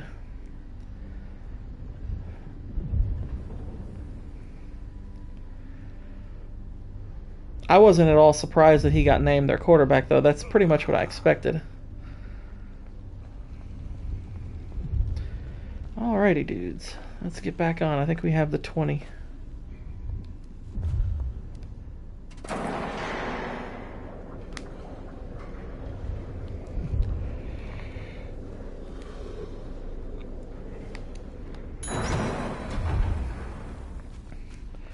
I bet they bench him at some point. Yeah, it wouldn't. I mean, that wouldn't shock me either. Like I said, if there is a stretch where he's not playing well for a few weeks, yeah, I could see it. All right, wakey, wakey, boys. Glad y'all made it. Now join the fray. We gotta make weight.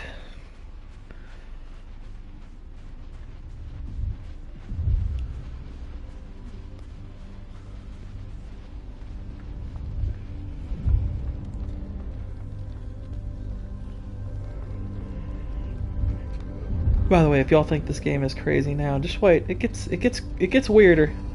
It gets weirder. I promise. They add to the weirdness.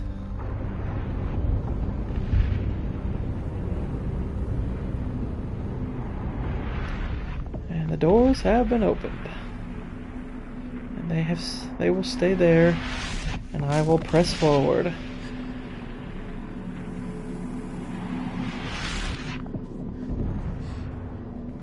Yeah, this, you have to be careful because you can actually die. Yep, just like that thing. These controlled blasts.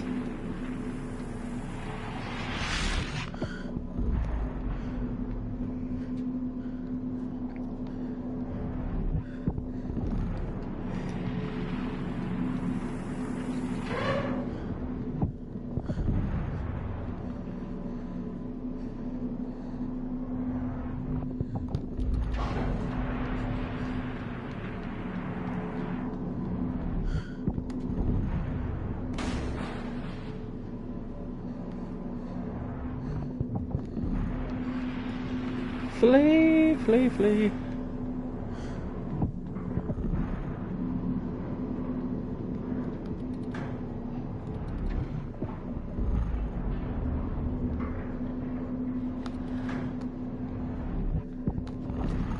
Oh crap.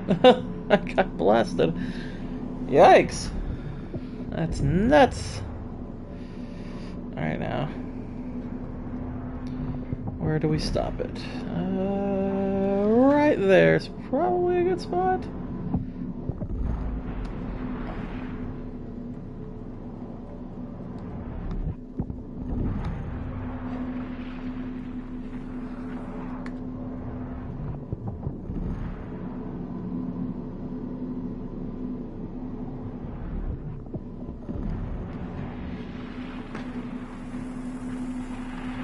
I'm not gonna make it. Oof. That's horrifying.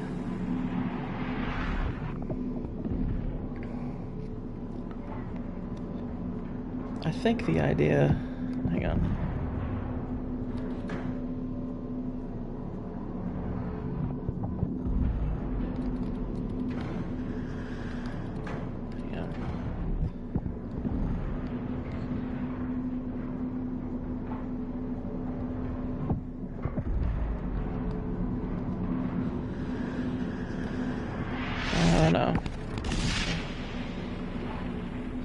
That shockwave is terrifying. This might all be about timing.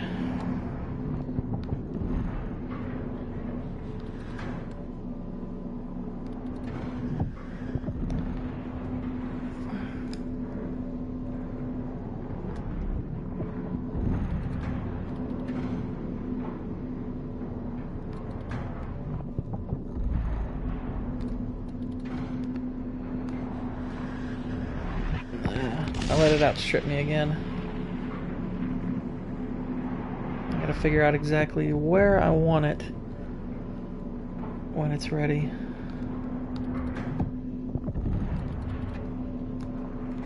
Oh crap.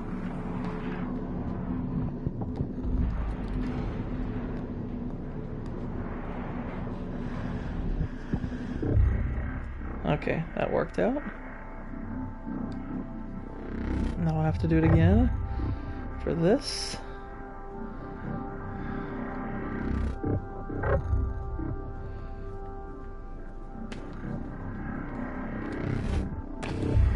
Perfect.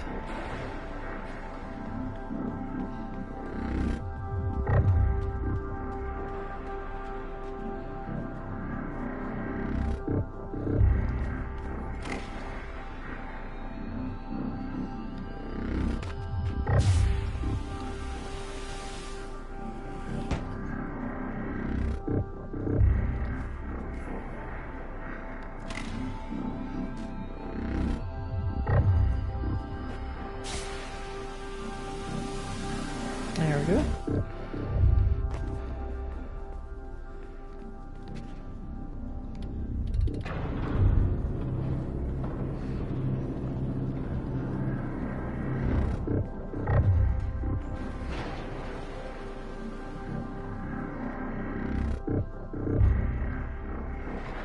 Got little test dummies getting wrecked.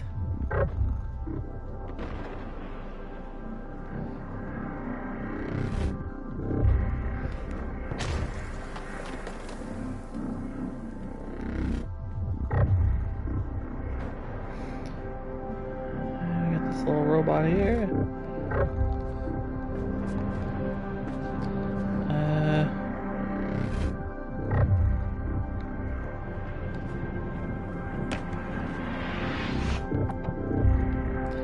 Alright. Oh no. Yeah, I got wasted there. Wasted! That's so horrible looking when that happens.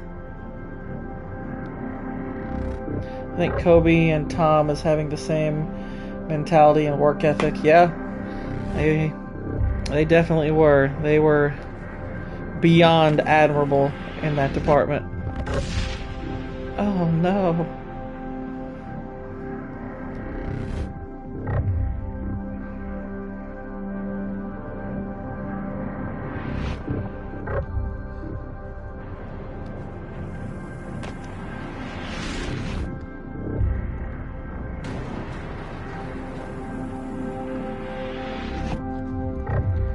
Okay, timed that pretty good.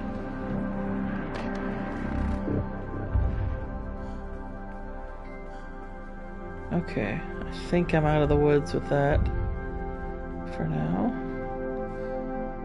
Get this really eerie, ethereal theme playing, which is really cool. Our poor boy here has just been through the ringer. Aren't we all hoping it ends well for him?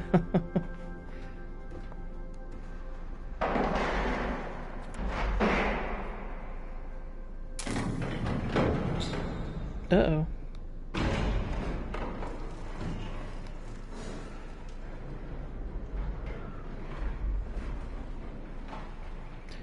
Going down.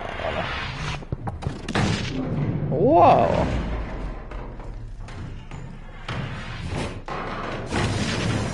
Oh no.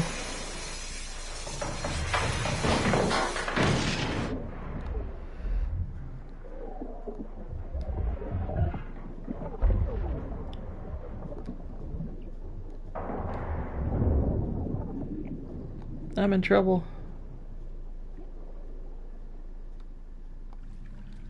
Ugh, he made it. The poor kid.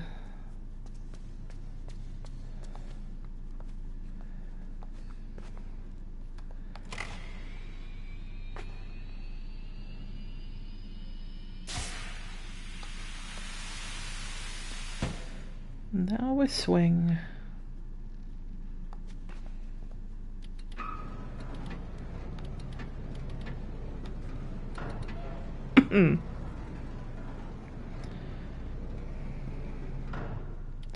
Yeah, is there anything over here? No.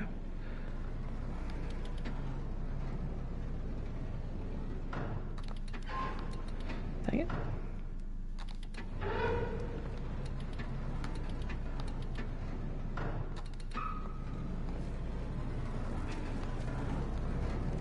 Ah, I missed it. I think that's the way.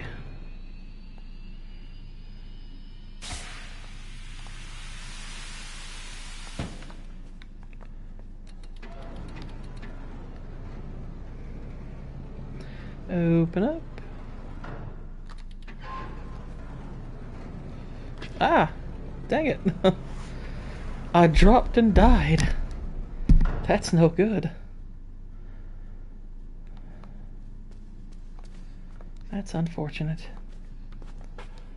Uh-oh. Star Trek fans will know this, but this kid's got a red shirt on. So that's not good. The kid is a red shirt.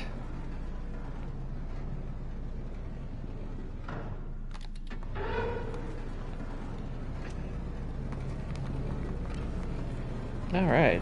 Indiana Jones our way out of that. Neat.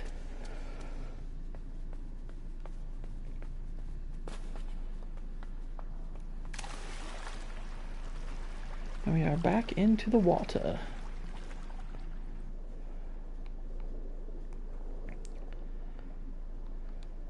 Don't see anything of use there.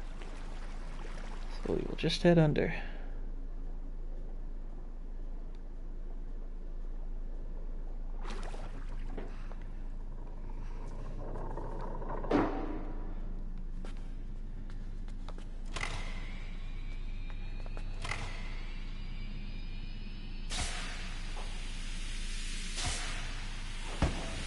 I think I'll have to put that on first.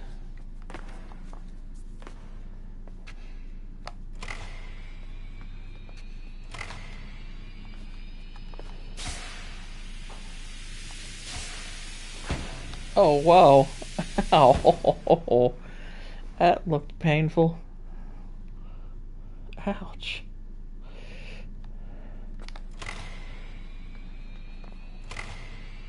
Not gonna lie, that was kind of funny.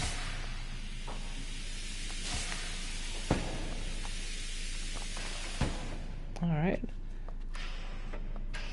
That raises the platform. Uh-oh. Creepy naked banshee thingy.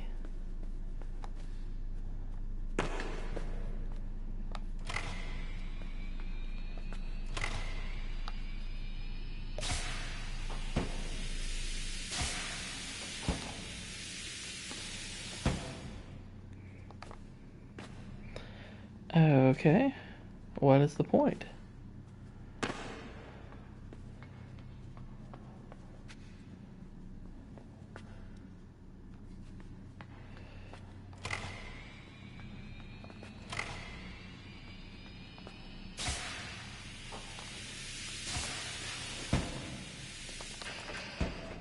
That's the point.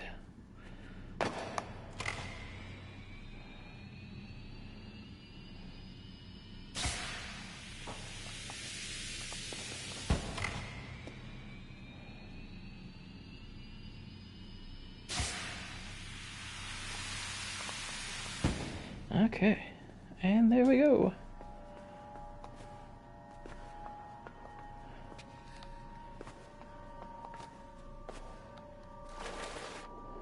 Ah!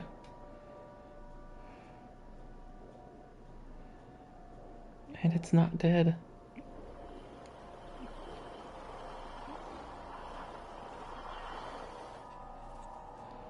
Flee, lad.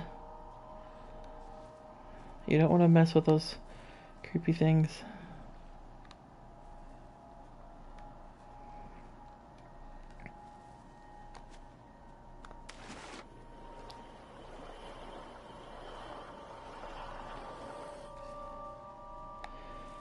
Now, can I climb that all the way? I think so. Good.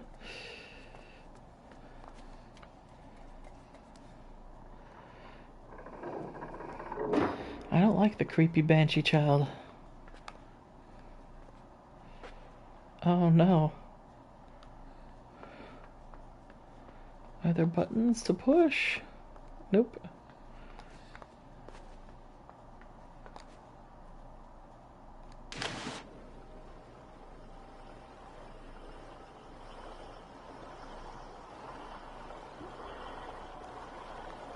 There we go.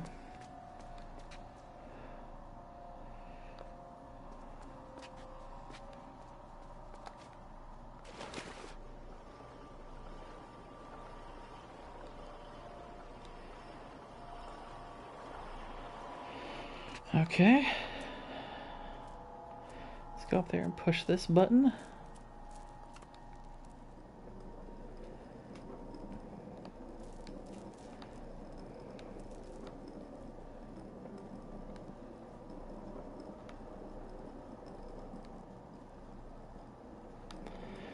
Okay, what is the point of this?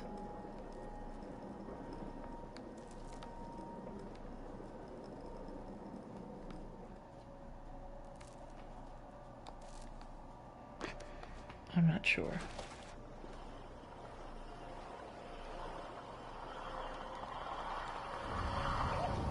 Oh no! It got me. Looks like its whole aim is just to make sure you drown. It's not very nice.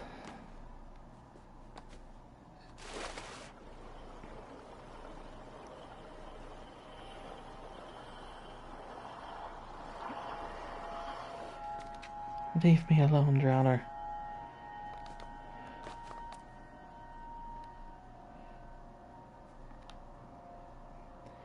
If I can get enough momentum on this swing.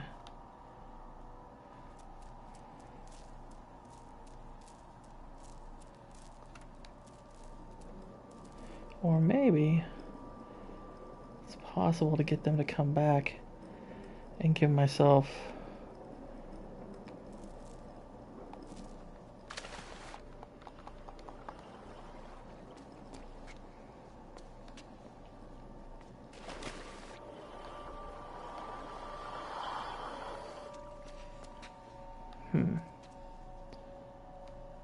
probably it's something along those lines, I would think. This is not gonna end well.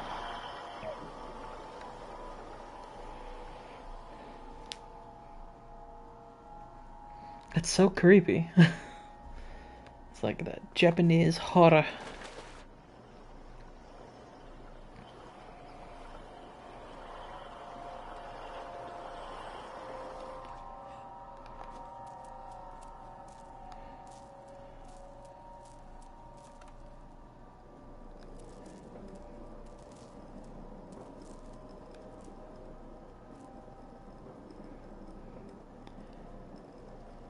That's how.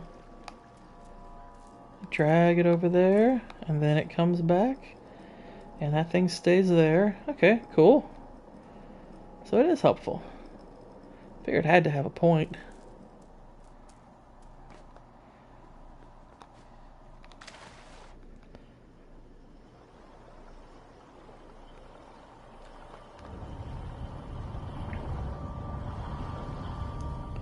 Yay!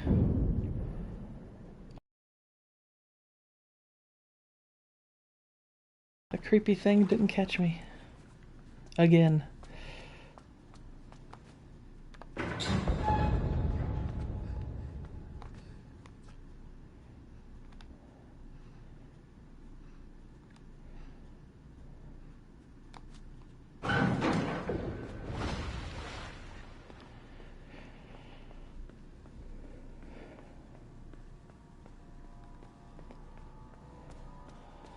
And in we go.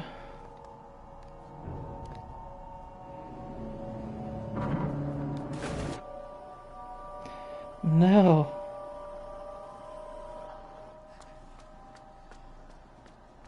Not you again.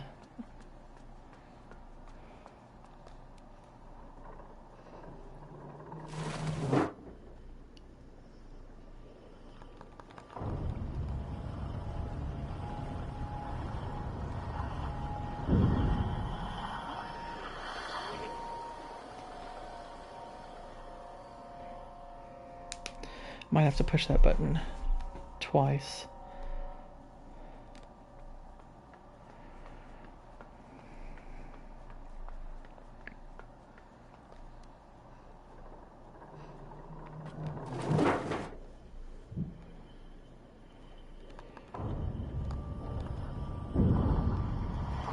Not that quickly twice.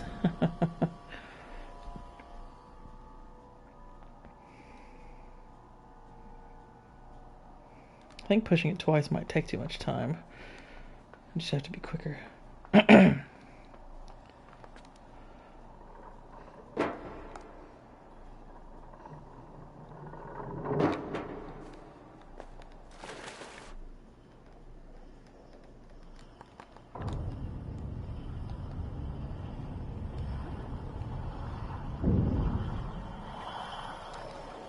Oh, hello.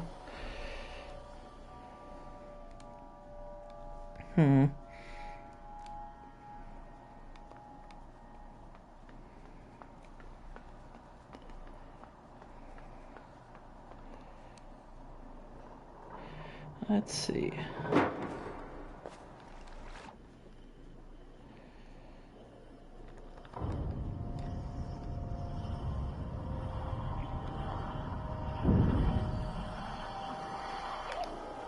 Dang it.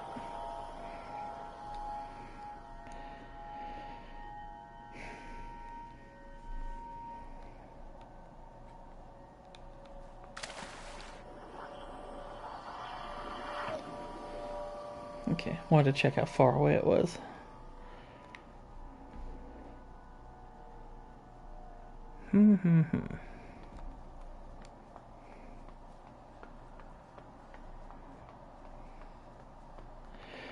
I have an idea.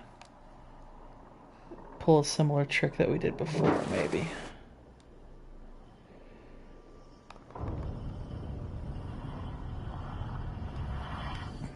Okay. We'll do that.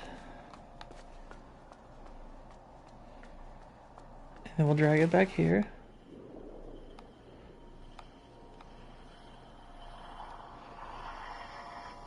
Okay, there we go. Catch your wits, my dear boy.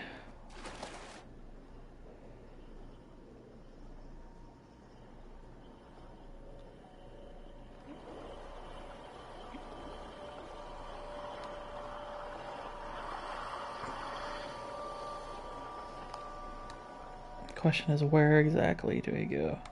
Oh wait, okay, I think I know what to do. Alright, that's actually that should have been obvious. That should have been a little bit more obvious. The second hit on the switch we do after we've pulled it back. Duh.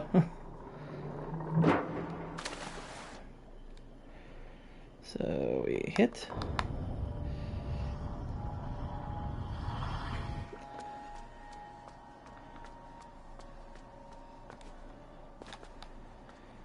And we bring him back.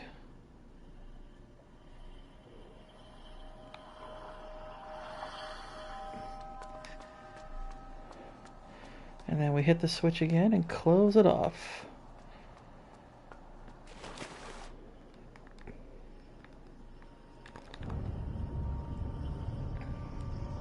Bye-bye.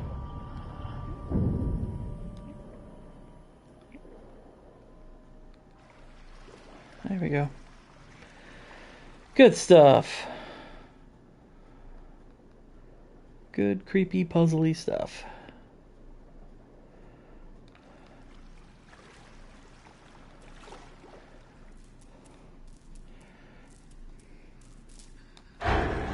Oh no. What? Let me go.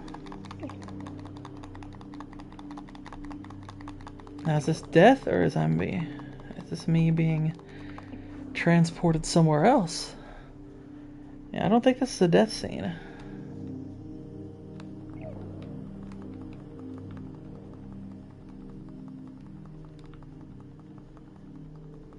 It's like, what are you doing? It's taking me somewhere. Isn't that eerie? It's like, this is nuts.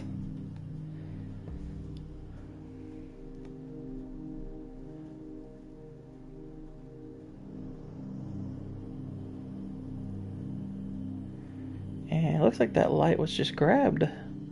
Yep, she attached it. Or he. I'm not sure what it is. It attached a light to me. Attached some kind of thingy.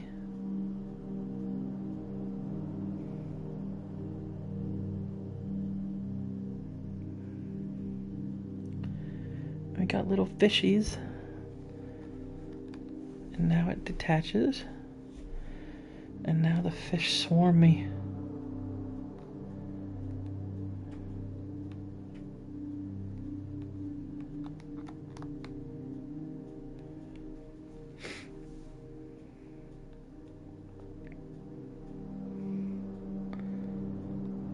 And what could that be? These little cassette tapes lying about. And a light.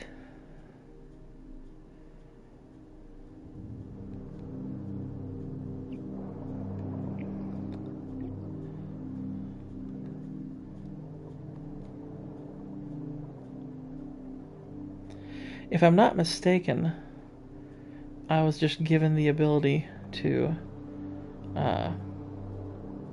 breathe underwater. I think that's what that was all about. I don't have to worry about drowning now. So the little creepy mer person, banshee, whatever thingy. I'm fine now. They helped me. Isn't that a twist? It's a twist.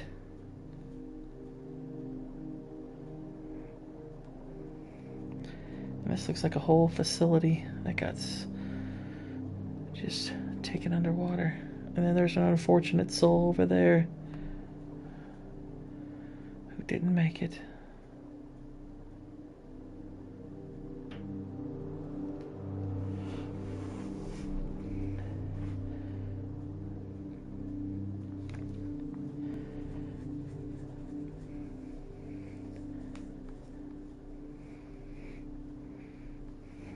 And apparently the fish have crowned me their king. Which they should. I mean, I'm not going to deny it. I should be. Oh. Hello. Somebody watching me from the other side. That's not creepy at all.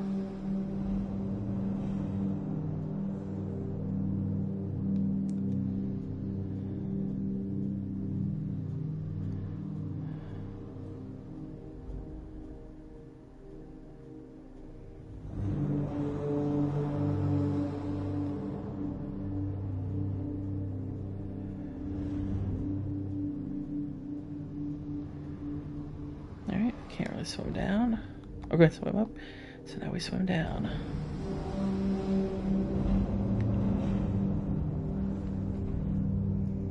The ambience of this is so good. Alright, we're going through there, of course. And the risk, of course, is getting cut in two, which would be horrible. But we want to see what's down here first. Looks like there might be a handle on that.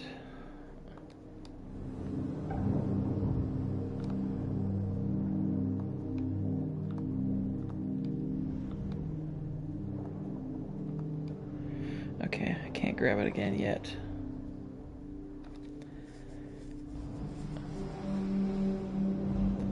There's a sub. I wonder if it's operational.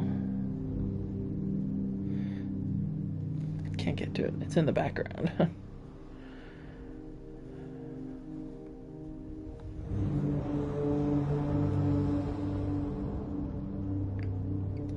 This music is so cool. It's just so creepy and moody.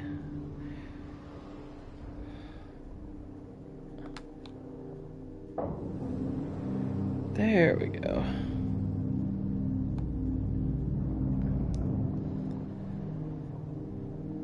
What have we here?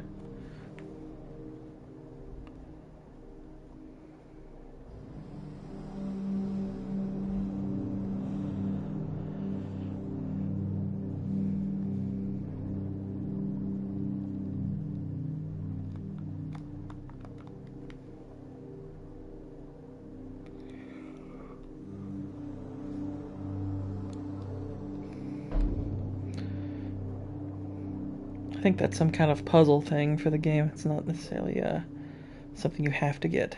But there's like I think there's like a dozen of those, you know, scattered throughout. I've only grabbed 2 of them.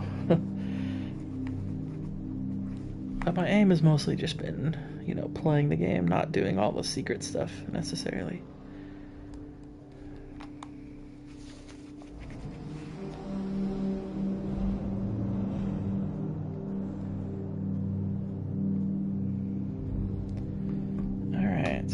So, now we got to make our way into there.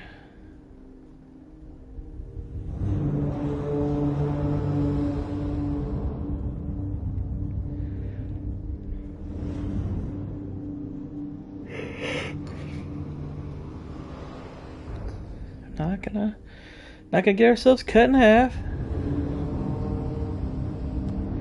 Oh, that thing can still be dangerous though.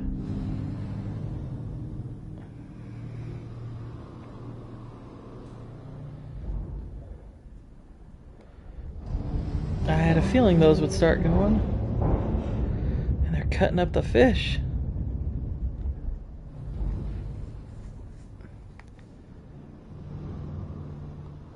Let's grab on. Oh no! More fishy died. Let's go up.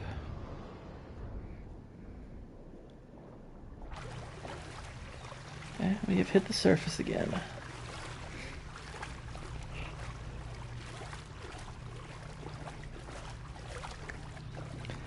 Let's trudge through the water.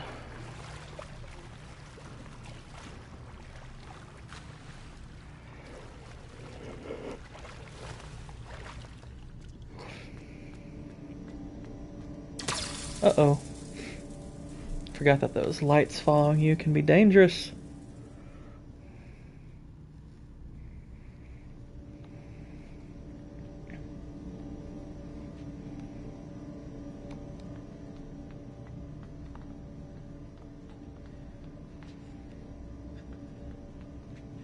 Oh no. Yep, they go all the way. That's unfortunate. Gotta wait for that to pass over completely.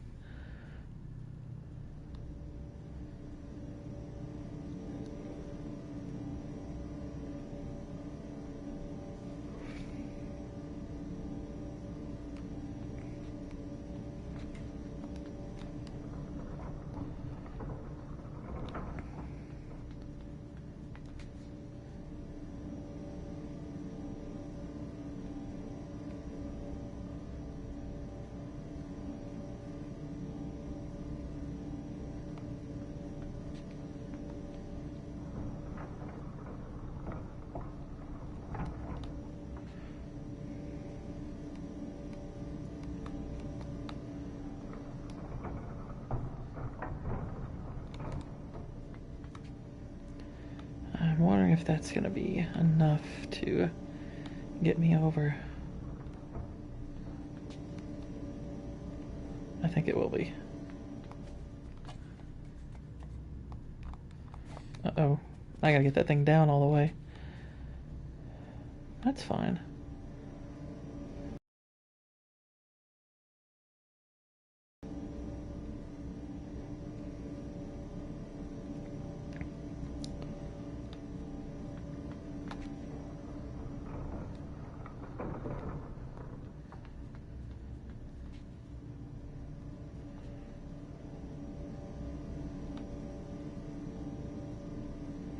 I think that's down. Nope, not enough.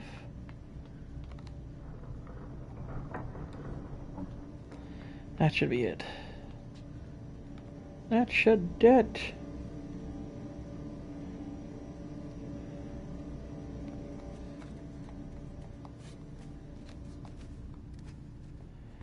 And we're through.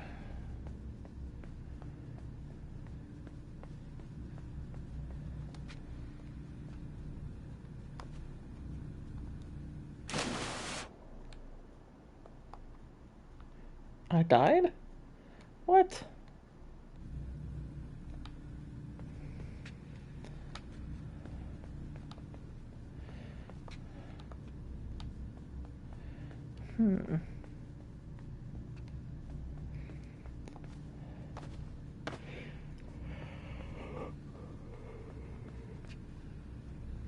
Let me see. There we go. I think I hit the side on my way down. That was the problem.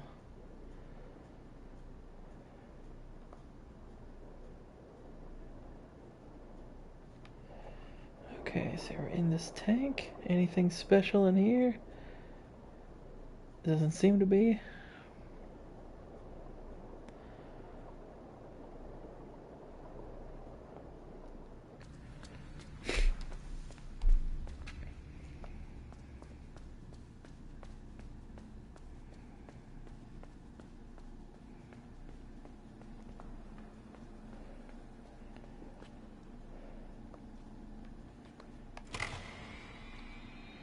Let's see what this does to us. How high up it goes. Not super high.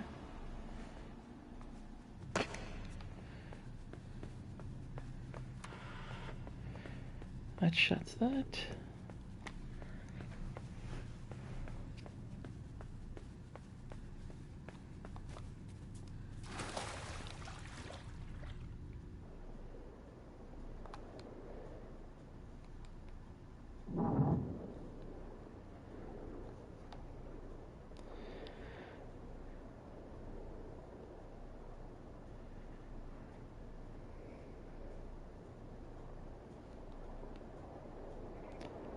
Where does this take me? Right out here? That's pretty much what I thought.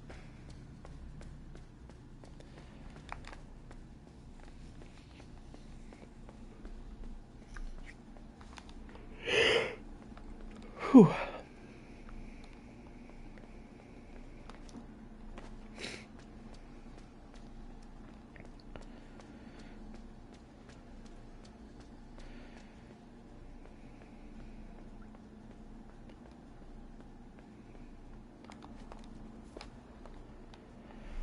Okay, I see the switch up there.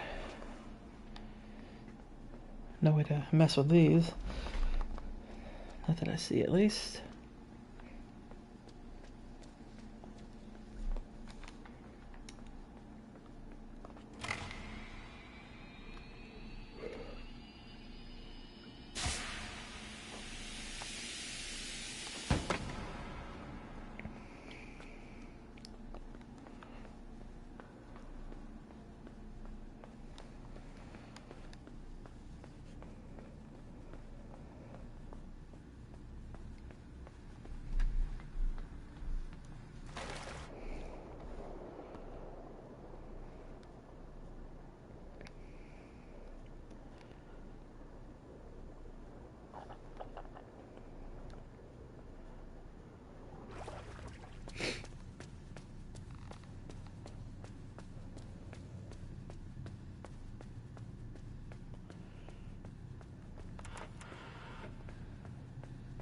We've opened that for now.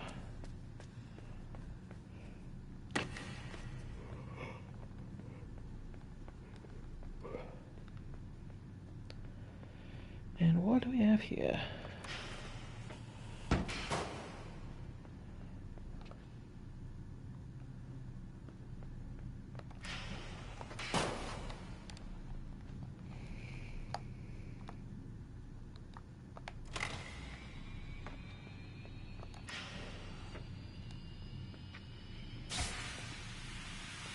what I thought. Okay, so I think I'm gonna have to use that thing to knock it off.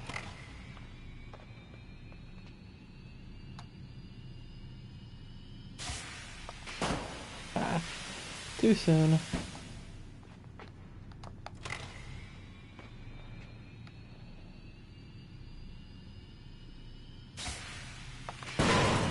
There we go.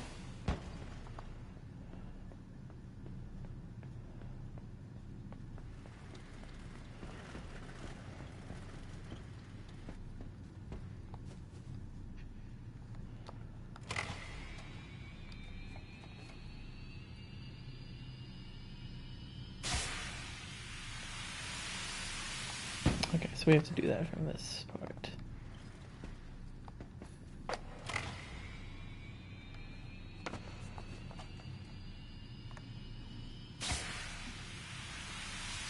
There we go. Good stuff.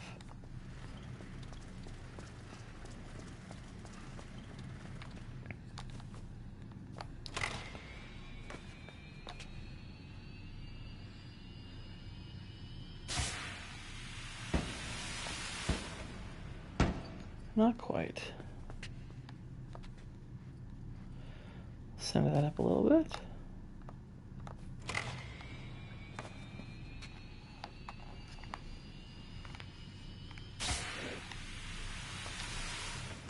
All right. Got that up there now.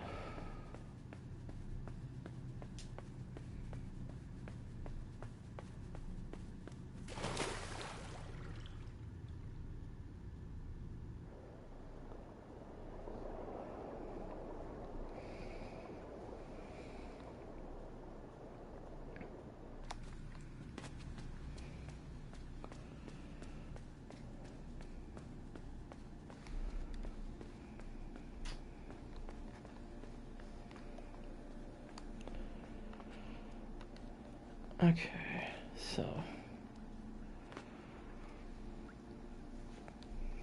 where are we going to be going?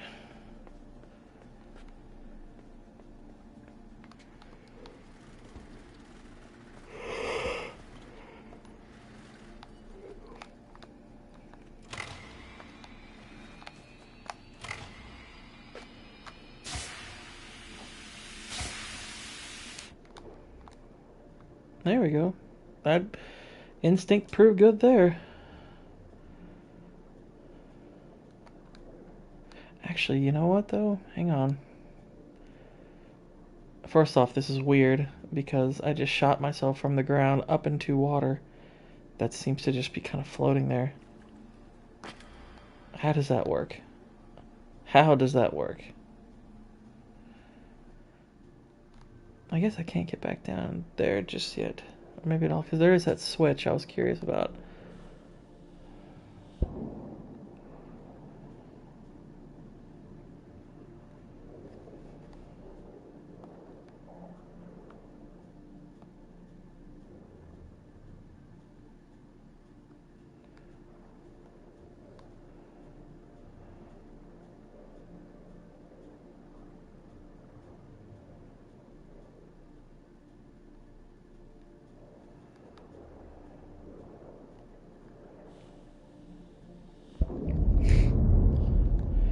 And what have we here?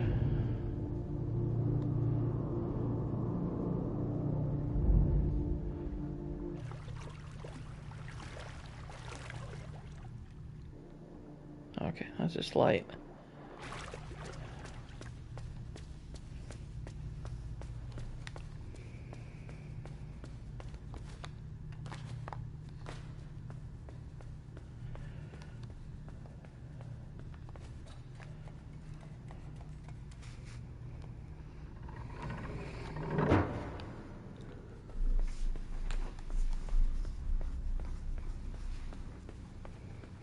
Oh, I see some people.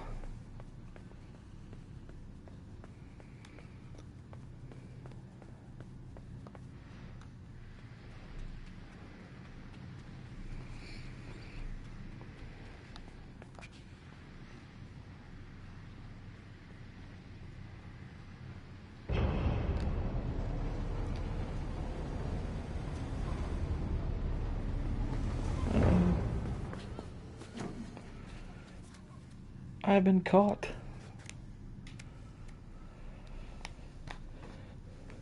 I'm guessing I'm supposed to use that as, yeah, a hiding spot.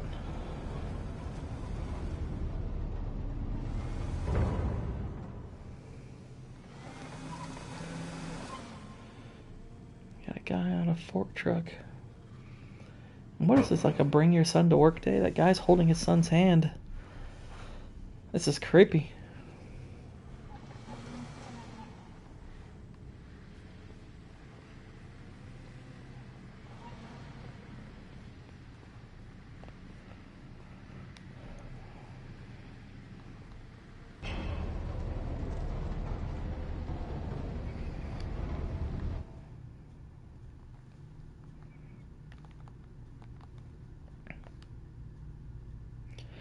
And there's some people in there behind a camera that are talking.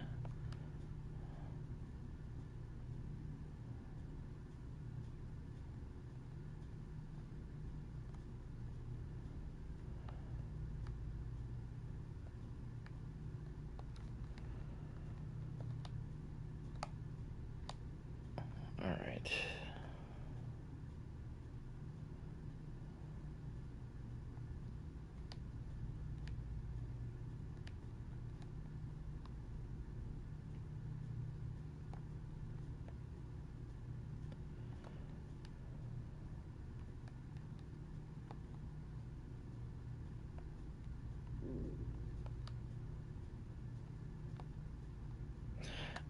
Okay. I was like, what's going on? So, oh, I've got to...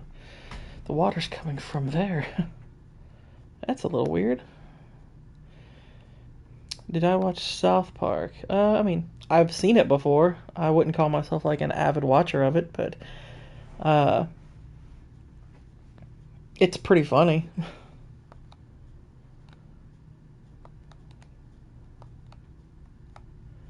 Let me see.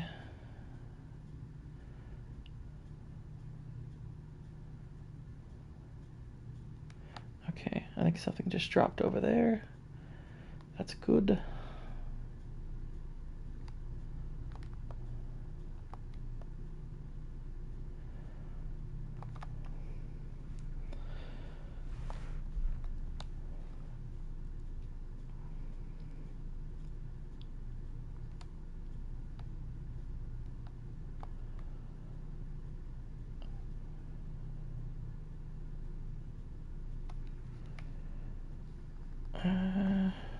I don't think I can grab that there.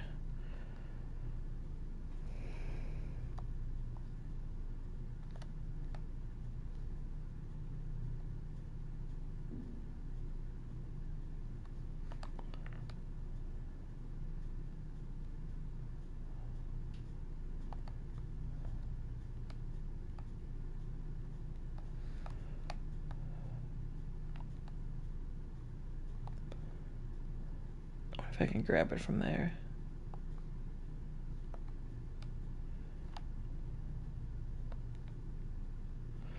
Sure can.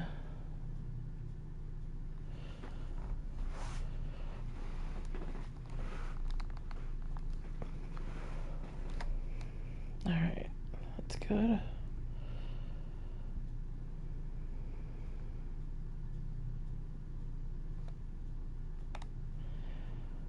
Let's let it drop down.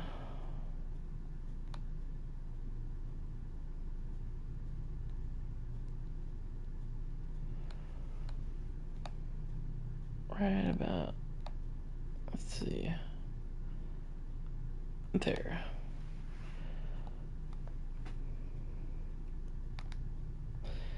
I can't get in the water that way.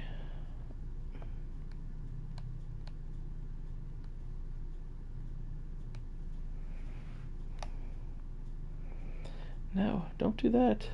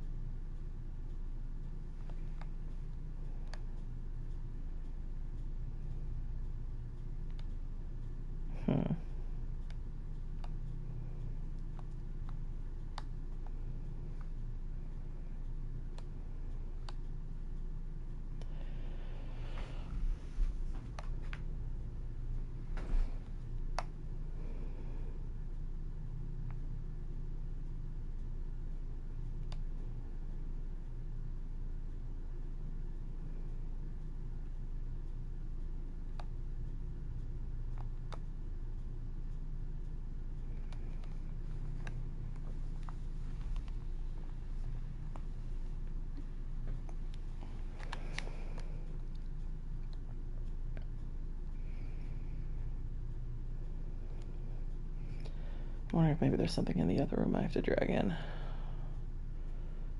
So let's bring it over here. And we'll do that to this.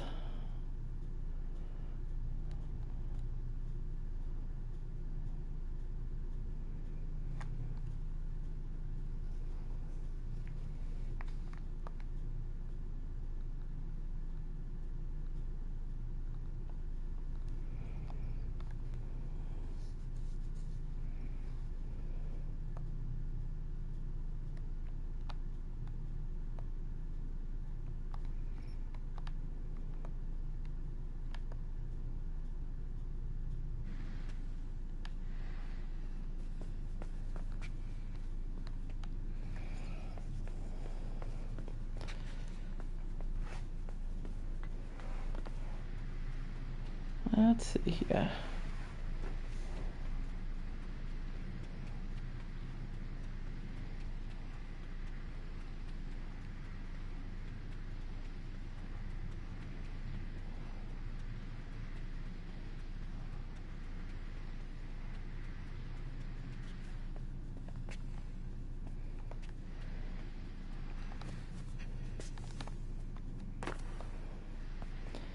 Nope, nope, nope, nope.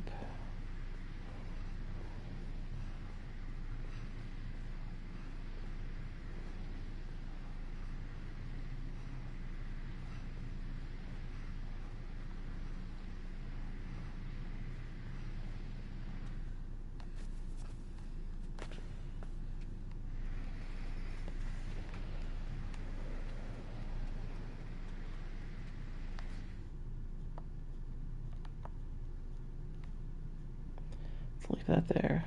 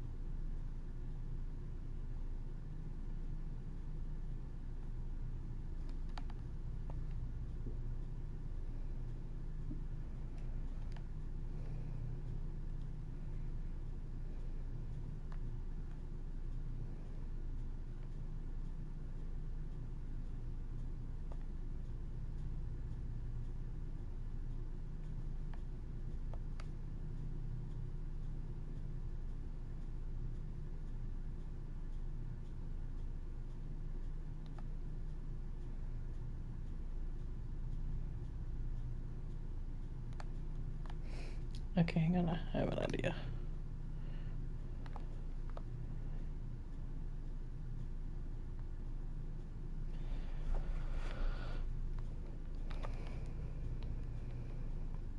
Sorry, I've been quiet. Aside from trying to figure this out, I've been drowsy. a little drowsy. I'll put that there. I'm gonna push it off.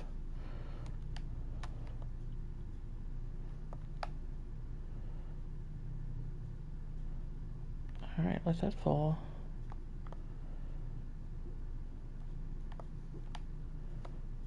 Let's bring this down here with us.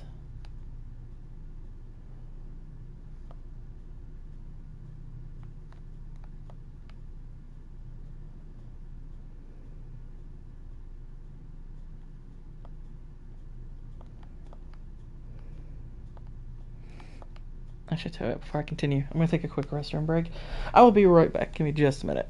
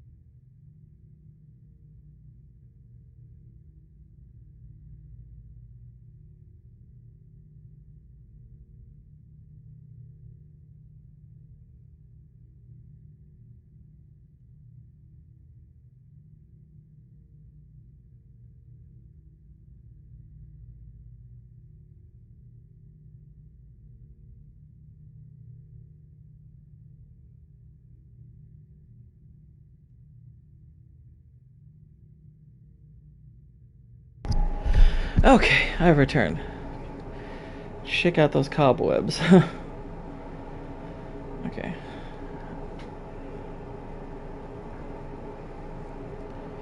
Think about this. Yeah, I don't think I'd had an initial idea, but once this thing dropped down, I was like, no, that's not it. But I think. Hang on. I'm gonna bring this over here. I had a thought about something. Because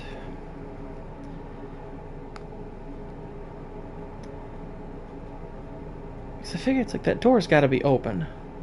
You have to keep that door open.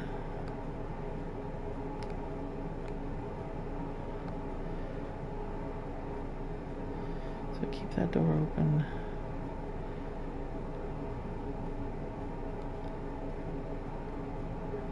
creeping. Wait a minute. Okay, I think I know what to do. Yep, okay. That's...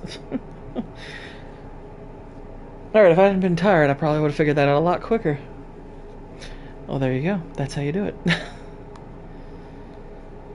Silly, drowsy me. It feels so much more obvious right now. Alright. Well, we're through that at least. Oh, that's creepy. You got these guys down here. That's kind of eerie. Got this kind of upside down world thing going.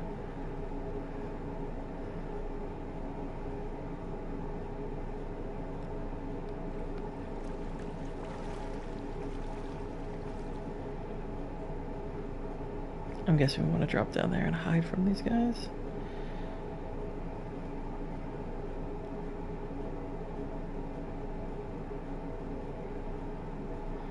It's like, what are these experiments you're all pulling? Oh, well, they're gone.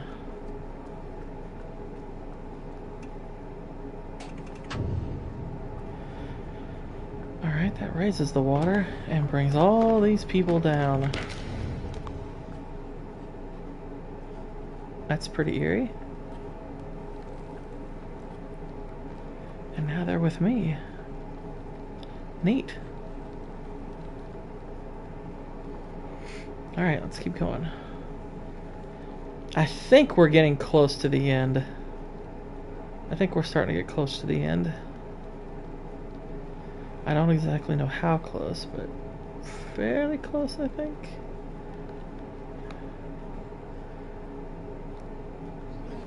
Oh, I don't want to go sideways.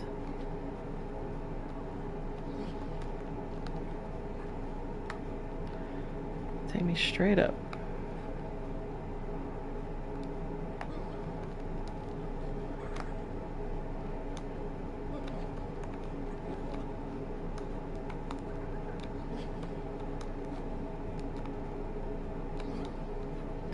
It's not quite enough. Alright. Maybe we can lower that or get more helpers. This dude trailing at the end. There's something creepy about the way he looks. Oh no. It's just body parts flailing everywhere. That's nuts.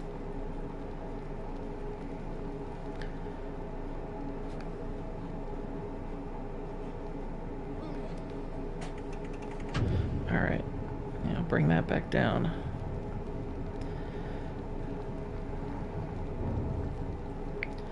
Now, is that water in here? Yes, it is. Good. Good, good, good. Yeah.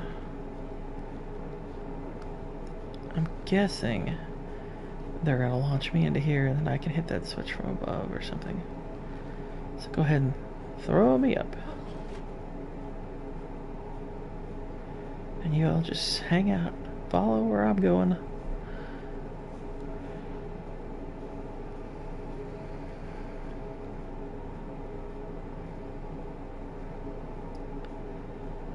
And then get ready to catch me as I come down. There we go.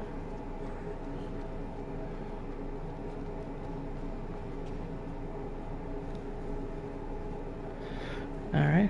For a sec I was like, are these actual construction guys or... it kind of seems like what's going on is there's like these mind control experiments to get these... Maybe to get some of these people to do like the mundane tasks or something like that. Because we've got like construction worker types and things of that nature. I died. No. Alright, get them to... Oh, no, no!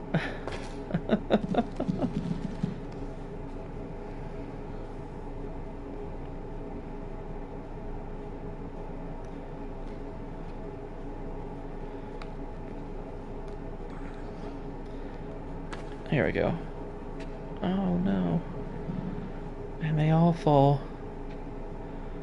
Look, someone's cigarette is still smoking.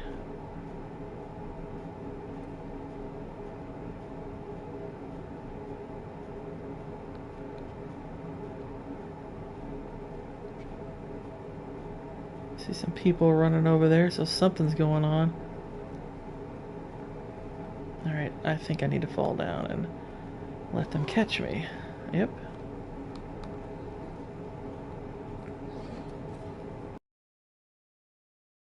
But yeah, I'm pretty sure we're getting close to the end.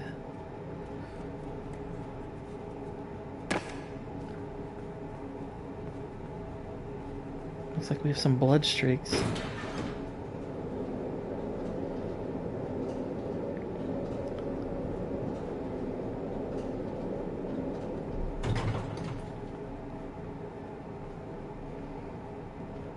Yeah, this is just takes you back up here. You got people running into that giant facility, which probably means something is going wrong. Hey, look, my dudes.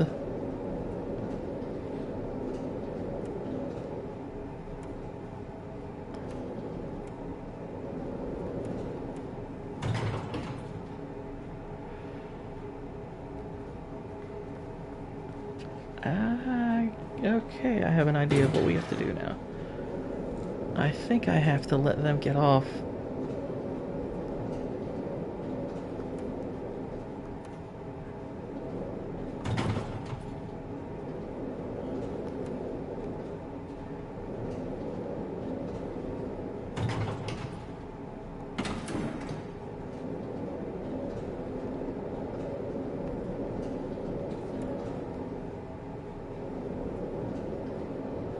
Can they get off this way? Not that way. Hang on. Not this way. Okay, that's a little something. Can I get them to fall off? Yay! They're back. Welcome back.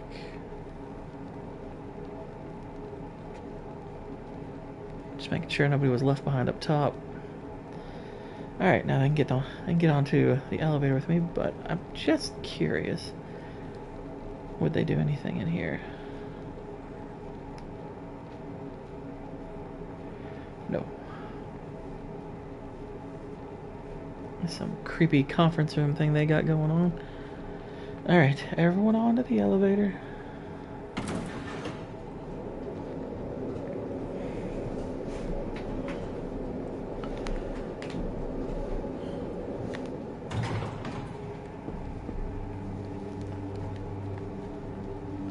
And now the music has grown ominous again. Open up.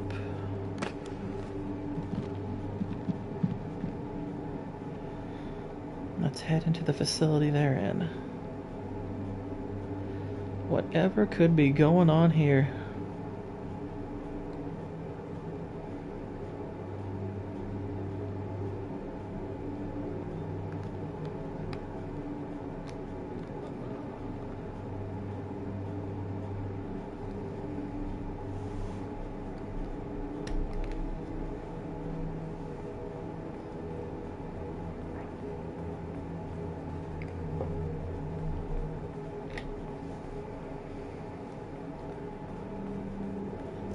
Flip this switch. Got a phone that's off the hook, so that means somebody rushed away from it. Got some scientists over there. People rushing in. There's an emergency.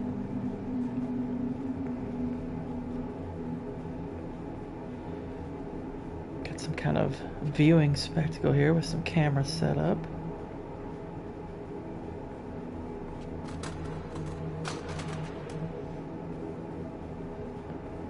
That guy's not even paying attention to me.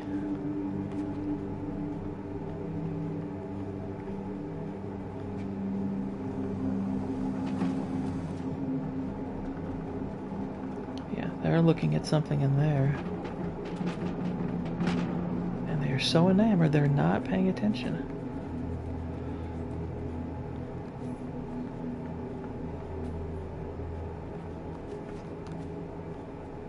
Uh-oh.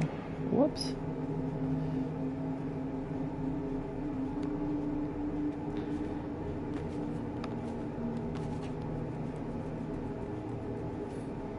Alright, we'll use that and climb up. Yep.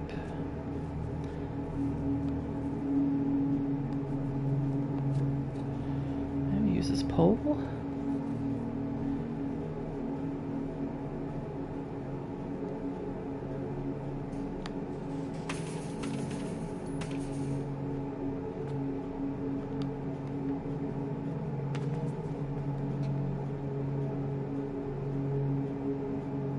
And they're looking into this tank.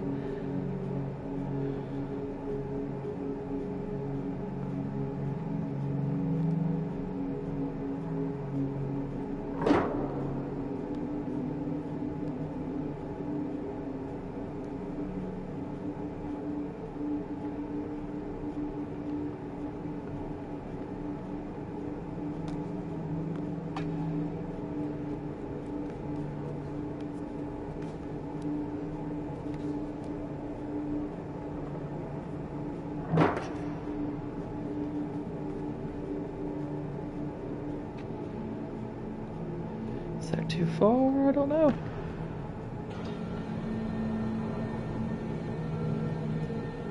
Let's get up there in that crane.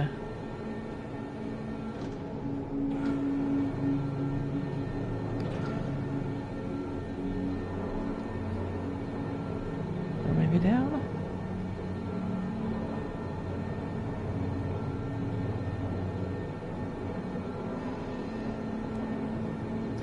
There we are.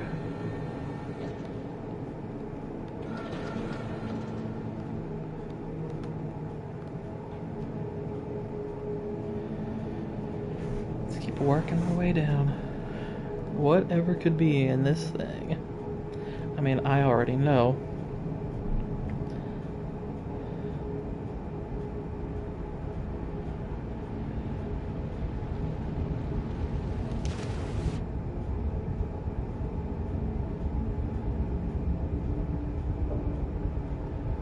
Break that.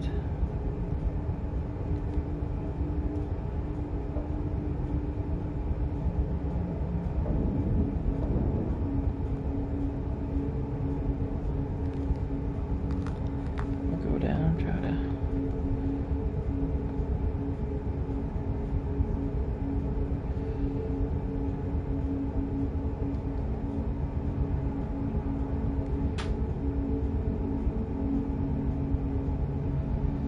See if we can swim down and grab that.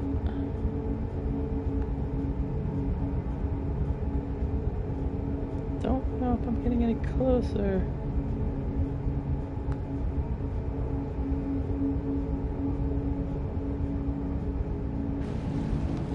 Ah, okay.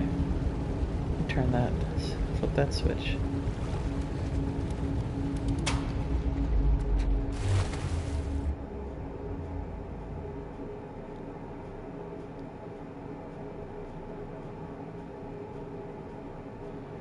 And then this opens up.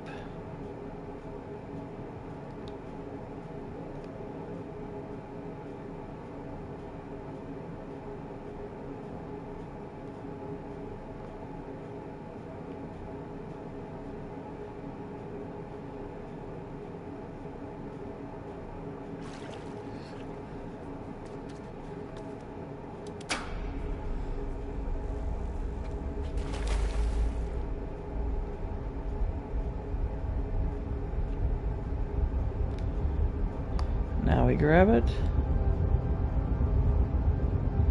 That thing goes.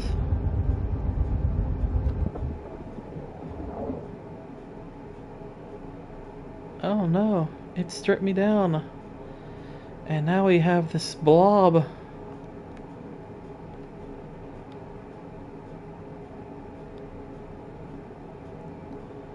And we unplug it. It's a naked lad.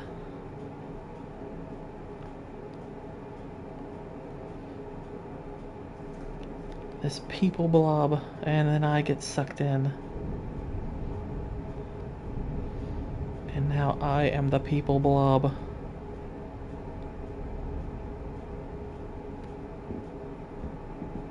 And they're like, oh no.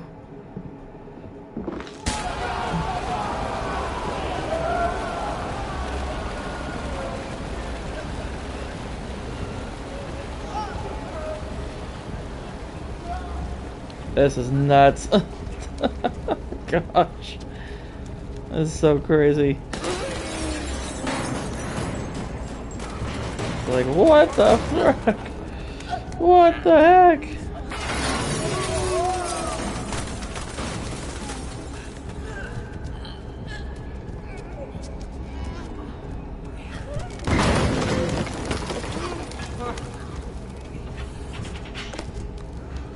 I'm like, nope, you're not escaping.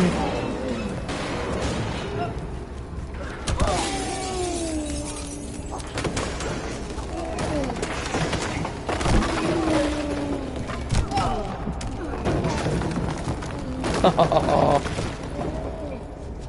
I must absorb all of you. Make me bigger, blob. That is so crazy.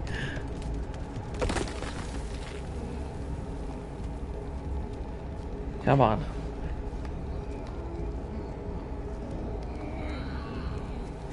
Bloop.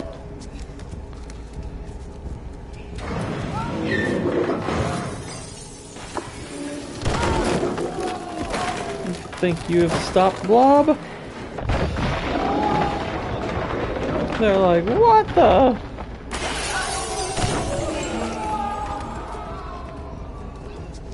I wreck all of you.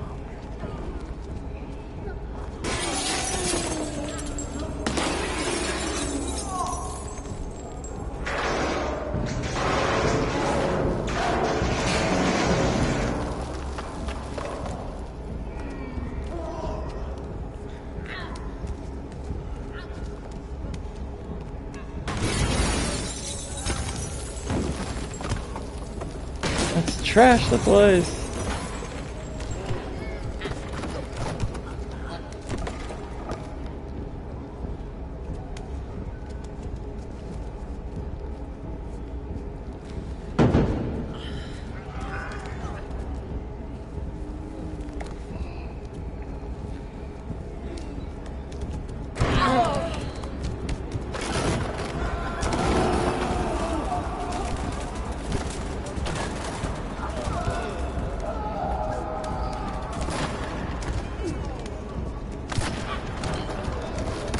Burst through. He's like, what the? Get him. Get him. He's probably the man responsible. And we squashed him.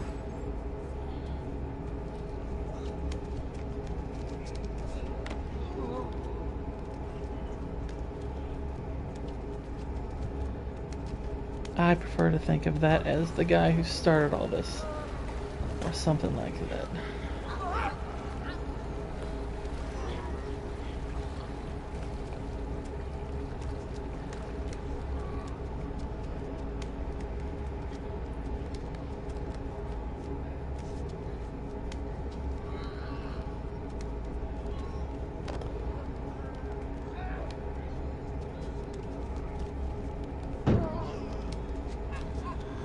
We gotta push that.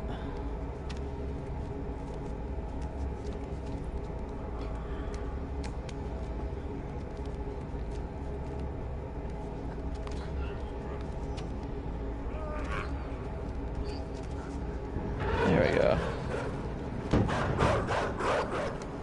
Yeah, come at me, dogs. I'm really worried about you all now.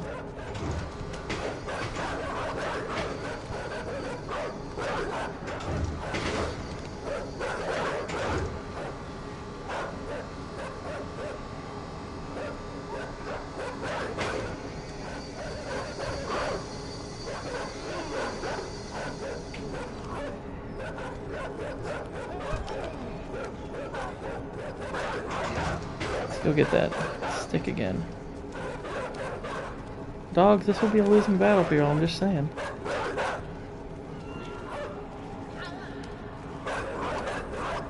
It's crazy though, as you can still hear their grunting and their whatnot. It's horrible.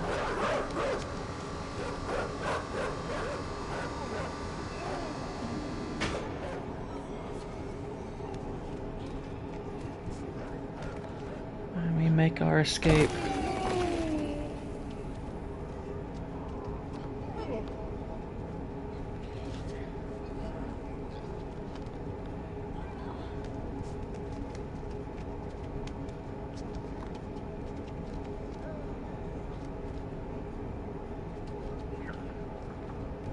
Yeah, you better let me out.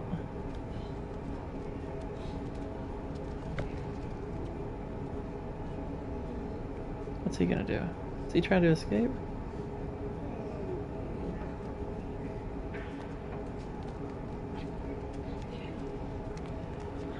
That's almost nice of him. He let me out. I'm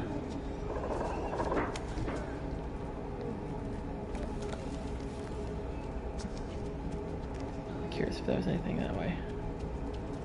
I just let it out. Blah. That's so crazy. Oh my gosh.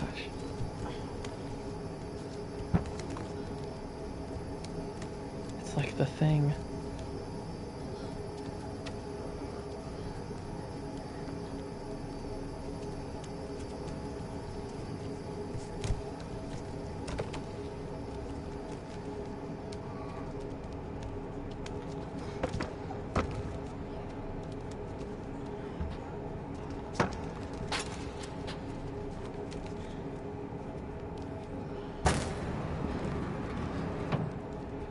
Thank you, box.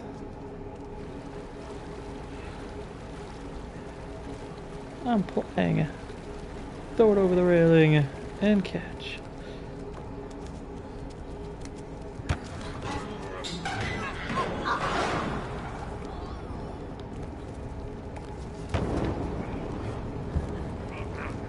Let's take our hot box.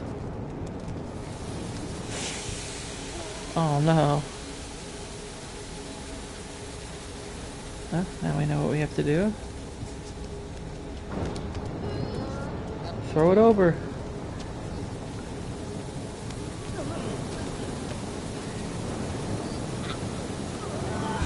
Oh.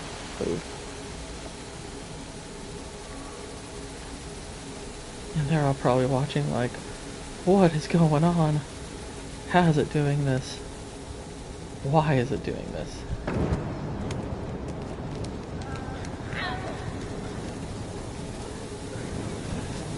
I don't know. Ah.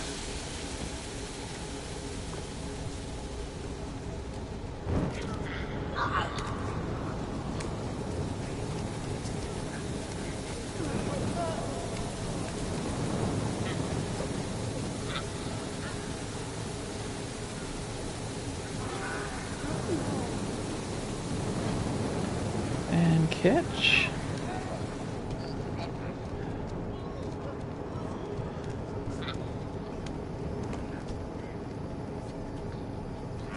Climb and toss this into the incinerator.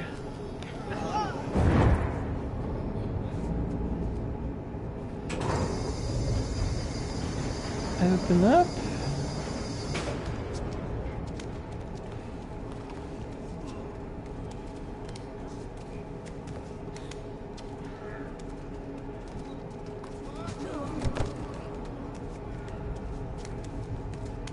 Let's pull this with us.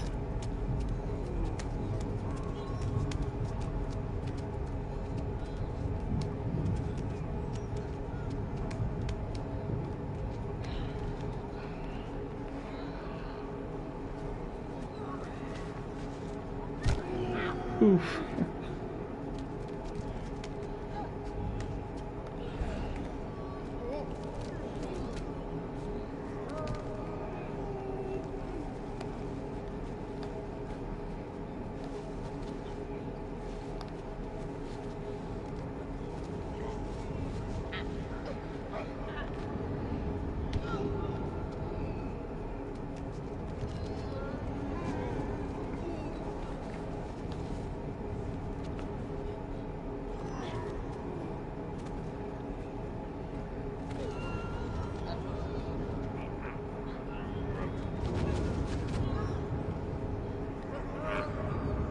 Uh-oh. Yeah. Pull it down.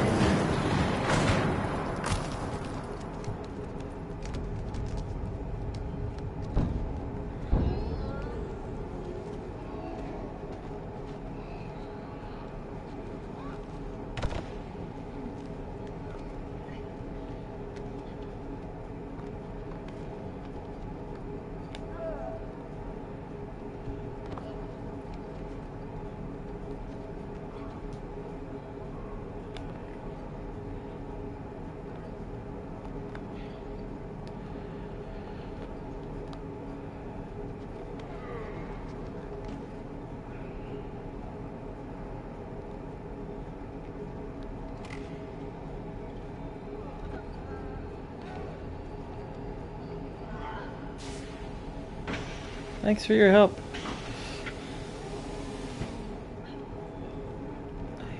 Hey, do it again.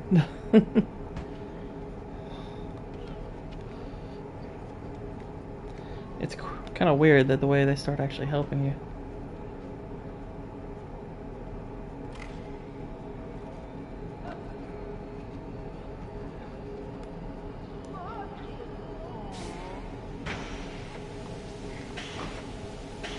Alright. This is better than what you played yesterday. Oh, it's way better.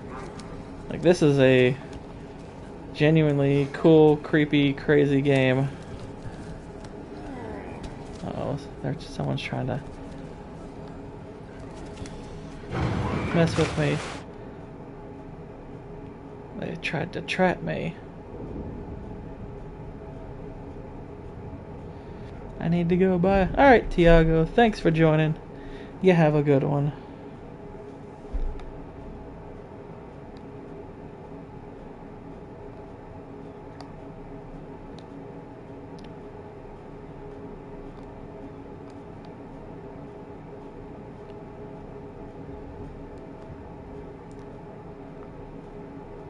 Alright, so we can pull some of this apart.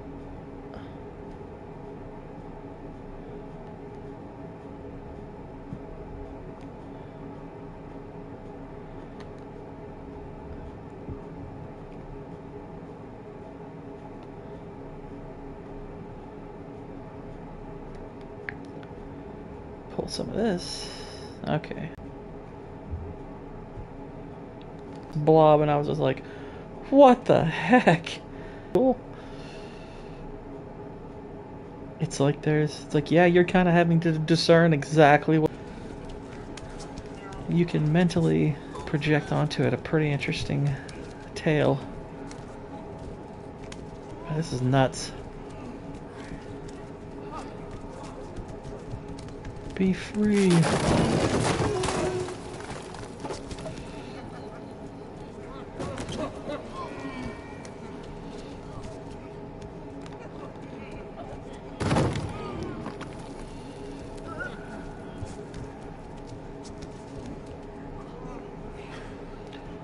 Wreck it. There you go. We've made it. Oh no. They've escaped to the shore.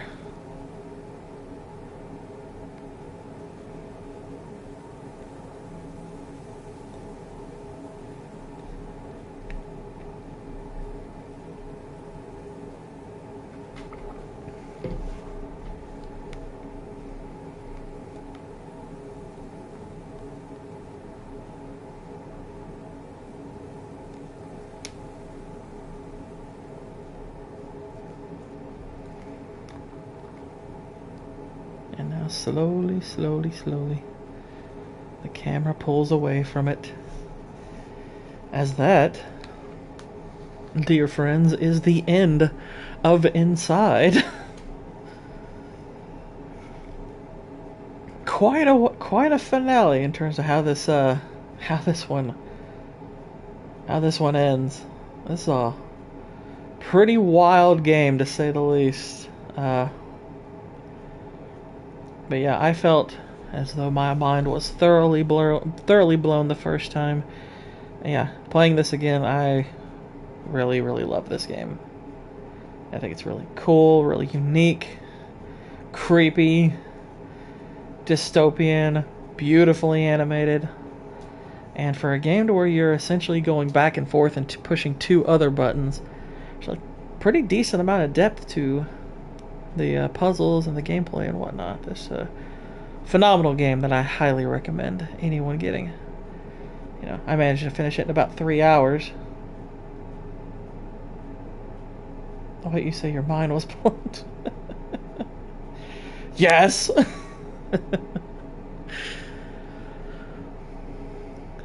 But yeah, I highly recommend this game to any and all players of the video games.